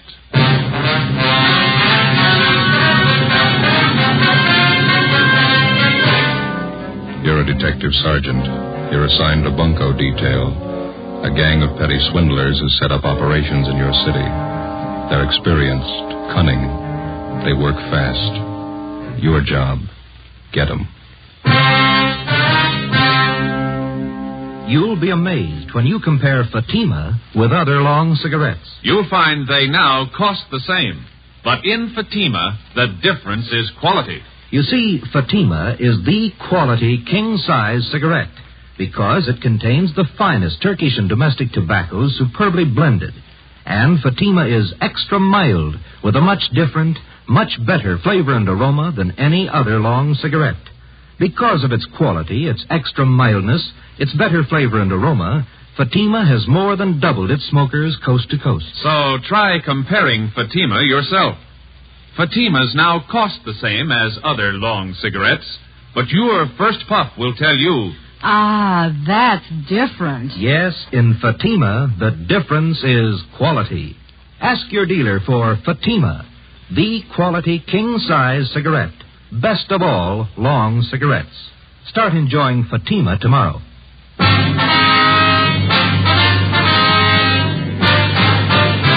Dragnet, the documented drama of an actual crime.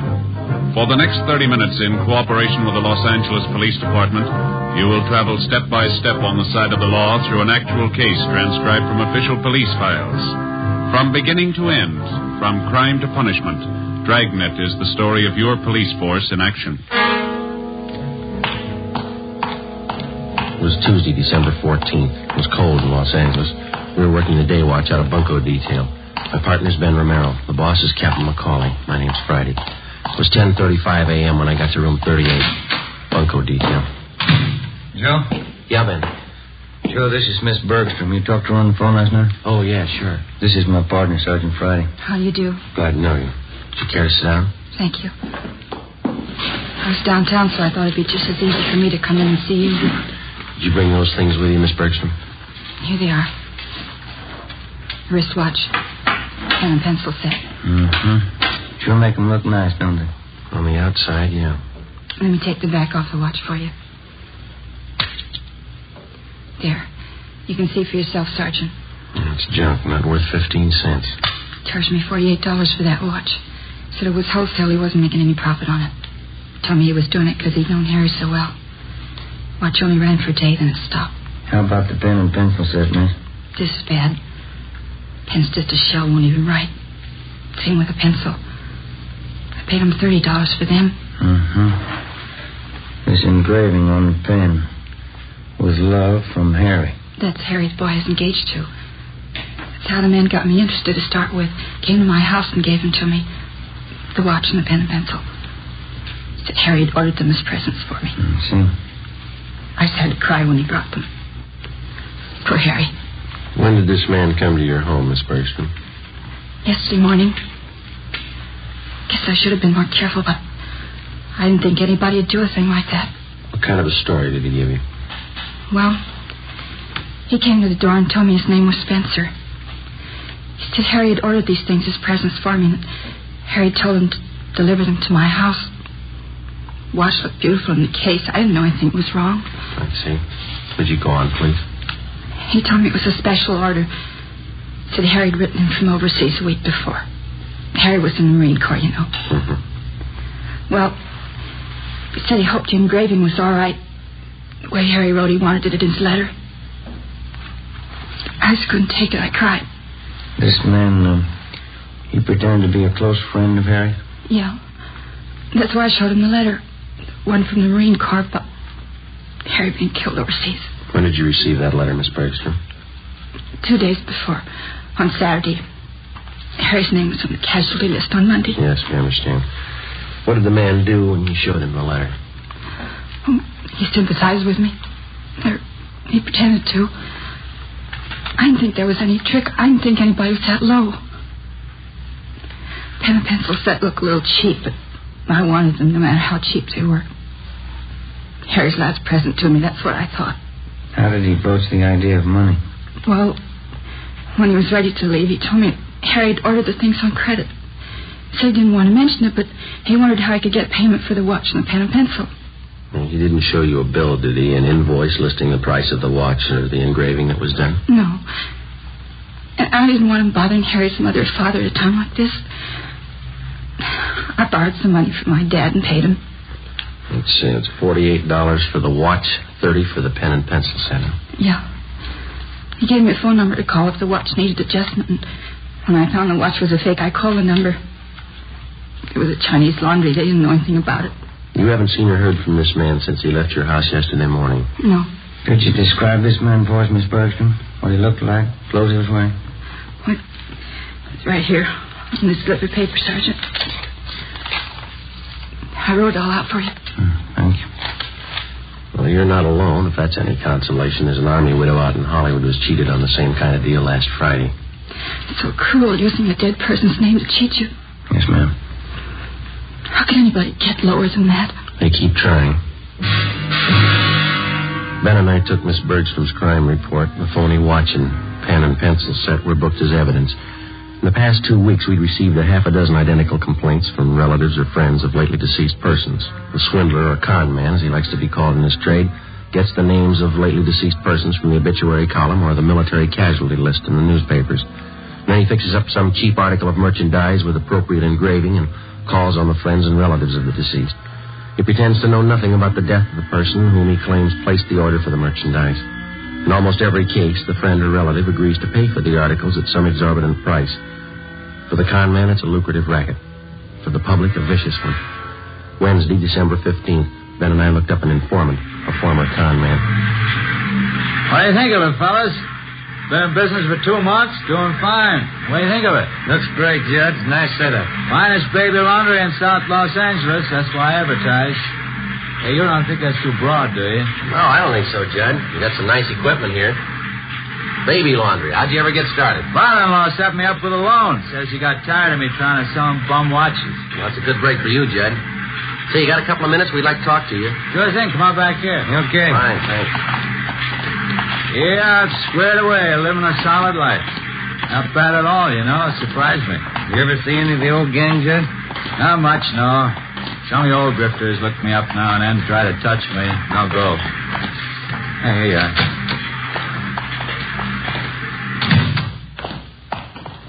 Pull one up. Yeah. Thank you. Okay, fellas, what can I do for you? Well, we'd like to know how close you got your ear to the ground, Judd. There's a gang of bunks in town. They're working hard. What pitch are they using? They're working the obits, casualty lists. Thought maybe you might be able to help us. I don't know. How long you been going? Last couple of weeks. Had half a dozen reports on them. That's one thing they never could tap me for. Obituary racket. Lousiest racket there is. Can you do anything for us? I heard one little rumble about it. 4 or 5 guys in the con mob. That right? We know that, Judd. Where can we look for them? Now, you know my position. When I quit the game, I quit. The only contacts I make are when some of the old boys come around for a touch. Well, how much have you heard about the gang? What I said, there's 4 or 5 of them out of the Middle West, I think. You got any idea at all where we could start looking? Well, I can start checking for you. You nailed any of them yet? We've got to find them before we can arrest them, Judd. Yeah, well, as I say, when I quit the game, I quit. But maybe I can take a few soundings for you. Can't promise you anything. I'm strictly on the up and up. Okay, Judd. You know where to get in touch with us. We'll appreciate anything you can do. Yeah, well, you've helped me plenty of times, fellas. Wouldn't hurt a bit to tab that bunch. I'll walk out with you. Yeah, see, you got all the machines going.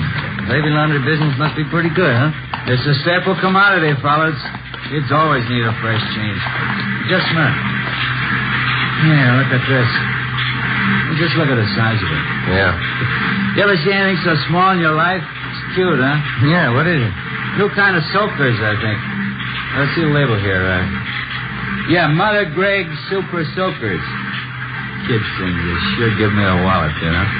Hey, we might as well check the office while we're here, Ben. Can I use your phone, Judd? Yeah, right over there on the wall. You got change? Yeah, thank you, I have.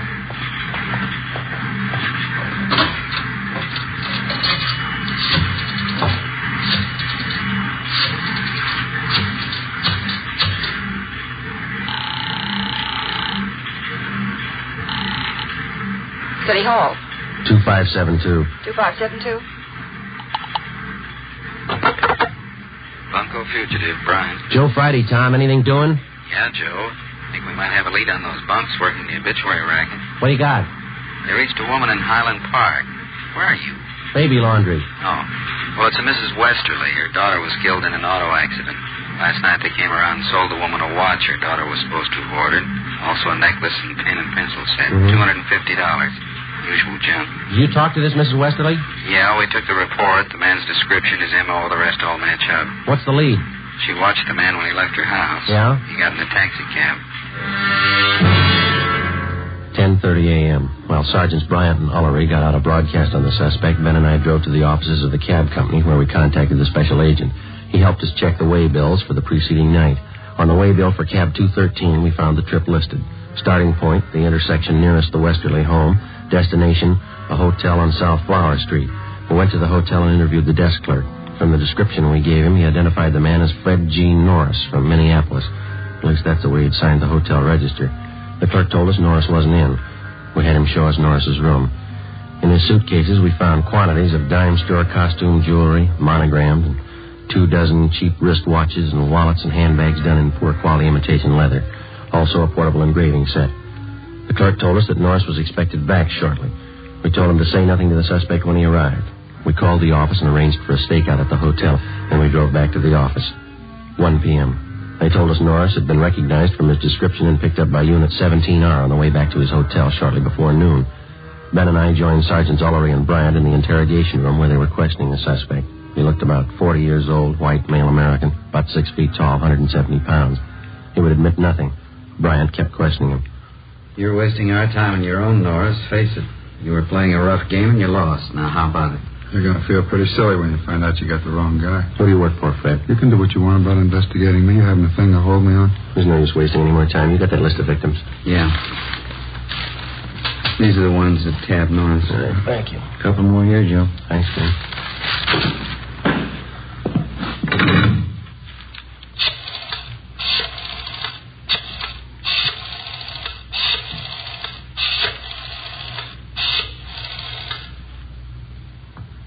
Hello, Miss Bergstrom there, please? Oh, this is Sergeant Friday, Miss Bergstrom. Bunko detail?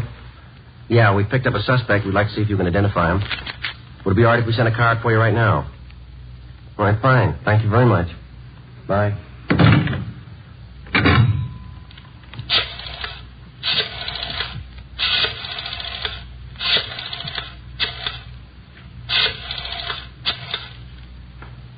Look, I can't sit here all day. I have business to attend to. Quiet, Norris. He's on the phone. Hello? Miss Cronin there, please.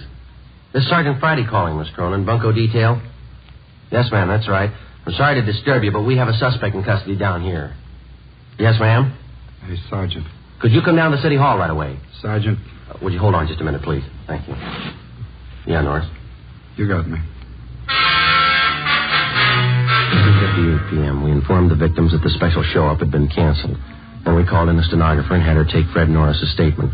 In addition to listing the crimes he committed, he also told us that there were 6 men in the Bunko gang besides himself. He gave us the names and descriptions of each one of them. He stated that they'd been operating in Los Angeles for the past 4 months. Norris said that none of them had ever met the leader of their bunco gang. The only contact they had with the leader was through one of the older gang members, a man by the name of Wesley Fisher. Before Norris was taken to Central Jail for booking, he gave us the address of the house where he had been living with the other gang members. Norris's information on the suspects was checked through R&I. We got one mate, Wesley Fisher. He had one prior arrest 2 years before on a grand theft charge, but he'd been released for lack of evidence. 3:15 p.m., together with Sergeants Ullery and Bryant and 2 men from Metro Squad, we drove out to the address given us by Fred Norris. Turned out to be a neat-looking bungalow in the West Hollywood area. Let's go.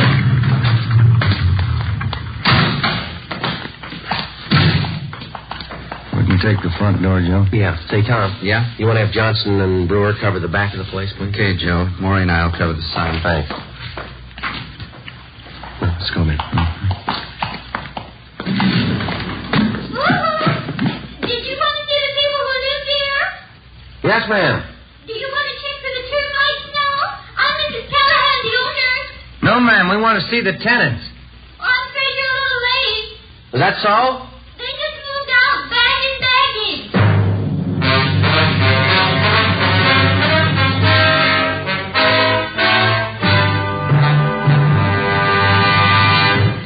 You are listening to Dragnet, authentic stories of your police force in action.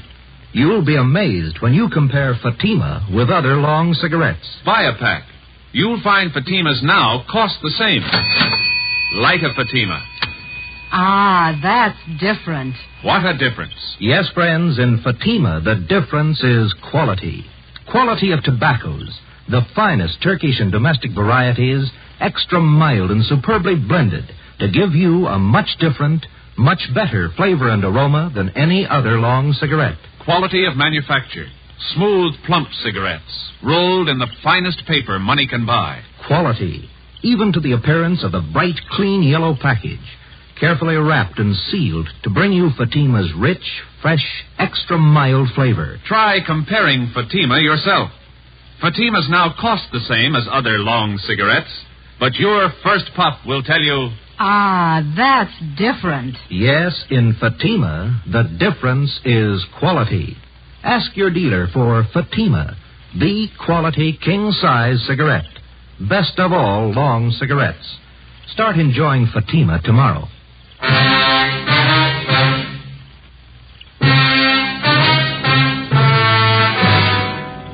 Wednesday, December 15th, 4 p.m. We made a thorough check of the house, which the 6 suspects had just vacated.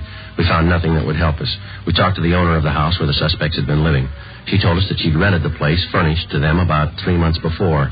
She identified Wesley Fisher's mugshot, but she told us that he'd used the name of Charles Wilder. She also recognized each of the other gang members from the descriptions that Fred Norris had given us. She told us that while they were living there, the men seemed to keep odd hours and that they had a car. She told us that she'd taken the license number of the car the day the men moved in. The number was checked with DMV. It was registered in the name of Wesley Fisher, 1008 California Street. It's a transient hotel.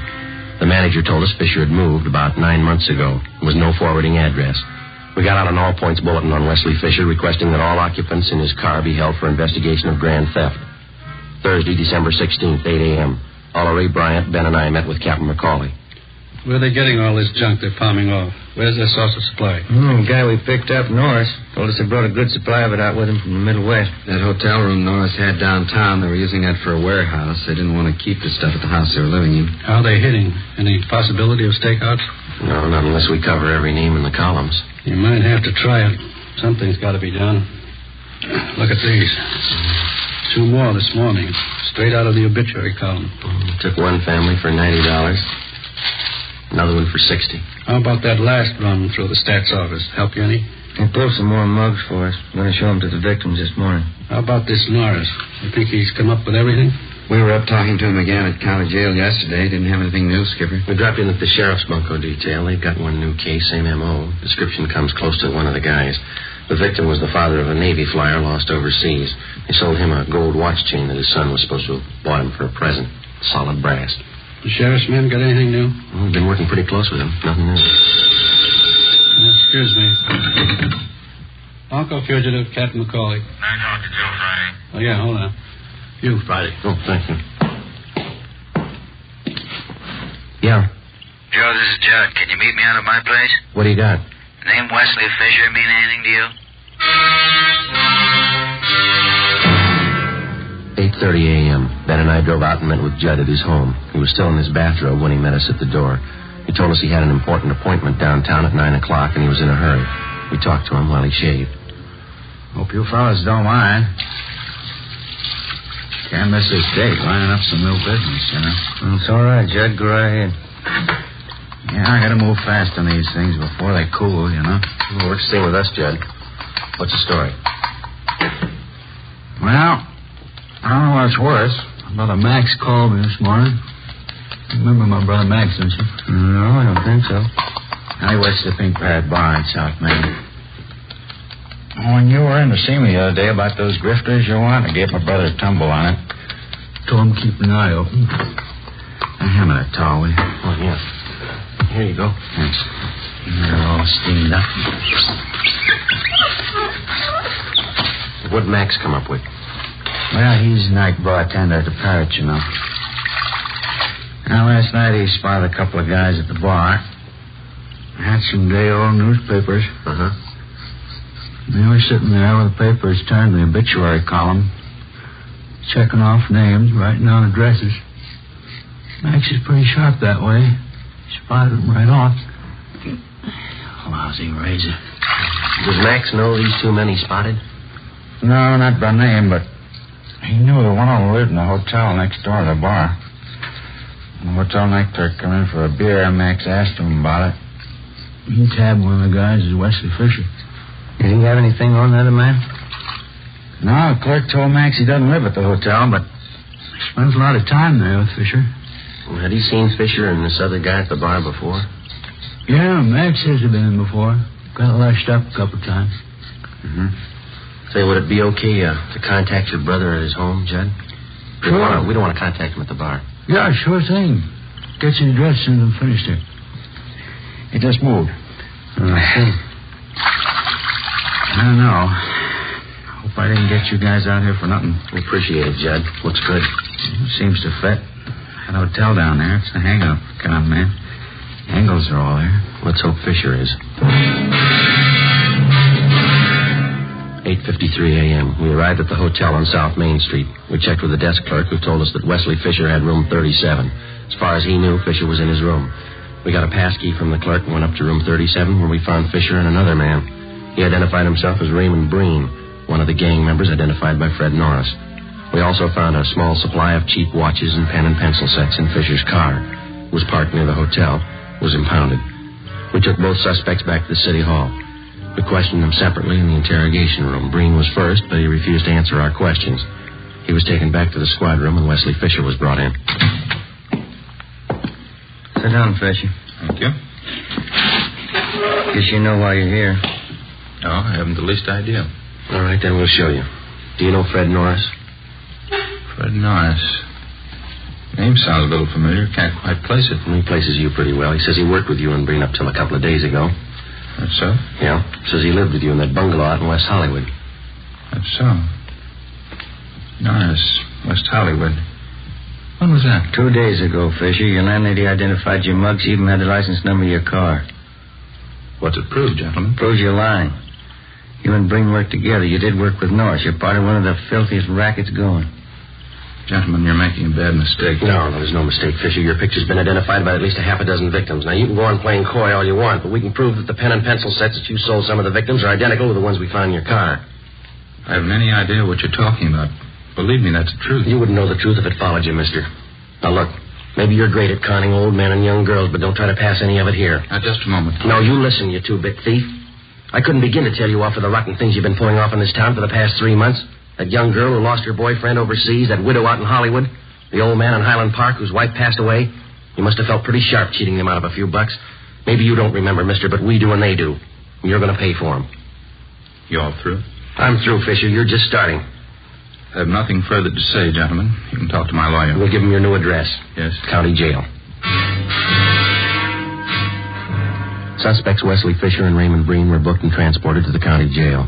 Both of them were positively identified by the victims. Warrants were obtained for the 3 suspects, Norris, Fisher, and Breen. They were arraigned and held to answer at a preliminary hearing on several counts of grand theft. During the next 2 weeks and through the Christmas holidays, identical complaints of bunco operations continued to come in. Friends and relatives of lately deceased persons were still being victimized. The gang's operations continued as usual. There was only one change. The crime report showed that a woman was now operating in the obituary racket along with the male suspects. Christmas came and went. On New Year's Eve, Ben and I were assigned to standby duty. A few minutes before 8 p.m., we got a call from the county jail that Wesley Fisher wanted to see us. Went to the 10th floor of the jail, the interview room. I'm not going to take all the heat. They're in just as deep as I am. If they can't do right by me, I'll square it up myself. I'll tell you everything I know. Go ahead, Fisher. What is it? Her name's Betty McGraw. She's the one you've been looking for. The whole idea was hers. She planned it out. She got everybody together. It was her show. Where can we find her? 213 Foster, apartment 8. Wesley Fisher gave a complete statement of all his crimes and also implicated the other members. He told us Betty McGraw was his girlfriend. She'd come up with the idea for the obituary racket. She gathered the men together for the job, and it had been planned that she was to stay in the background. In case of trouble, she would furnish aid to the gang members in the form of bail bond money and lawyers. She received a percentage of the take from each of the gang members. We checked her through R&I. She had a criminal history dating back 11 years. We obtained her mugshot. 10:30 p.m. We went out to the address Fisher gave us. A maid answered the door. She told us that the McGraw woman was not there, that she'd gone to a New Year's Eve celebration at a downtown hotel. It was 11:15 when we got there. We identified ourselves to the special officer at the hotel and showed him the mugshot of Betty McGraw.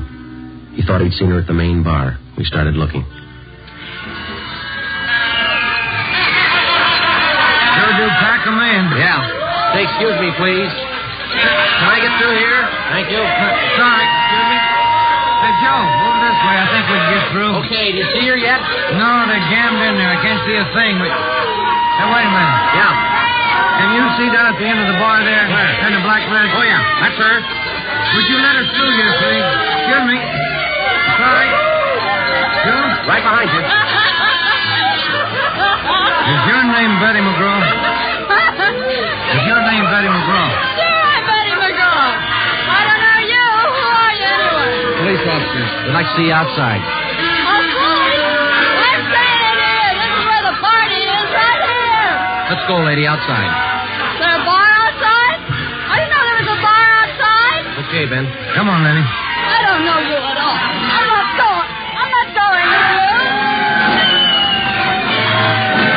There it is. Happy New Year! Happy New Year! No use trying to get through this. We'll have to wait. Yeah. Well, Happy New Year, Joe. Yeah, same to you. Maybe next year we'll have it off. I don't know why. I always cry when I hear that song. No reason, I just cry. Yeah? Every year, they play it and I cry. No reason at all. You got one this year, lady. Come on.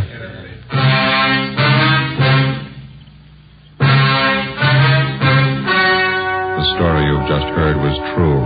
Only the names were changed to protect the innocent. On March 28th, trial was held in Superior Court, Department 93, City and County of Los Angeles, State of California. In a moment, the results of that trial. Now, here is our star, Jack Webb. Thank you. In the past few weeks, I've asked you to send me the names of cigarette dealers who are out of Fatimas. You see, the demand for Fatimas is so great that I want to make sure that all of you can buy them. So keep your letters coming.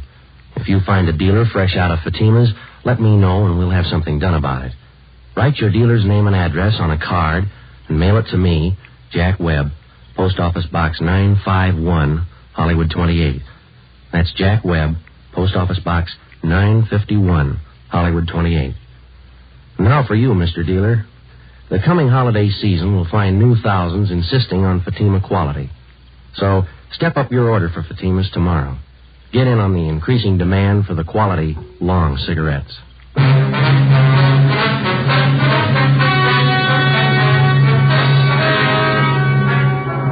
The remaining members of the Bunco gang were apprehended and brought to trial.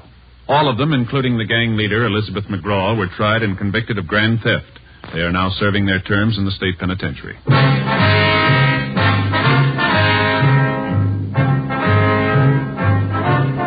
You have just heard Dragnet, a series of authentic cases from official files.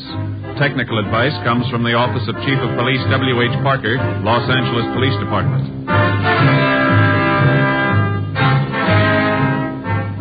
Fatima Cigarettes, the best of all long cigarettes, has brought you Dragnet, portions transcribed from Los Angeles.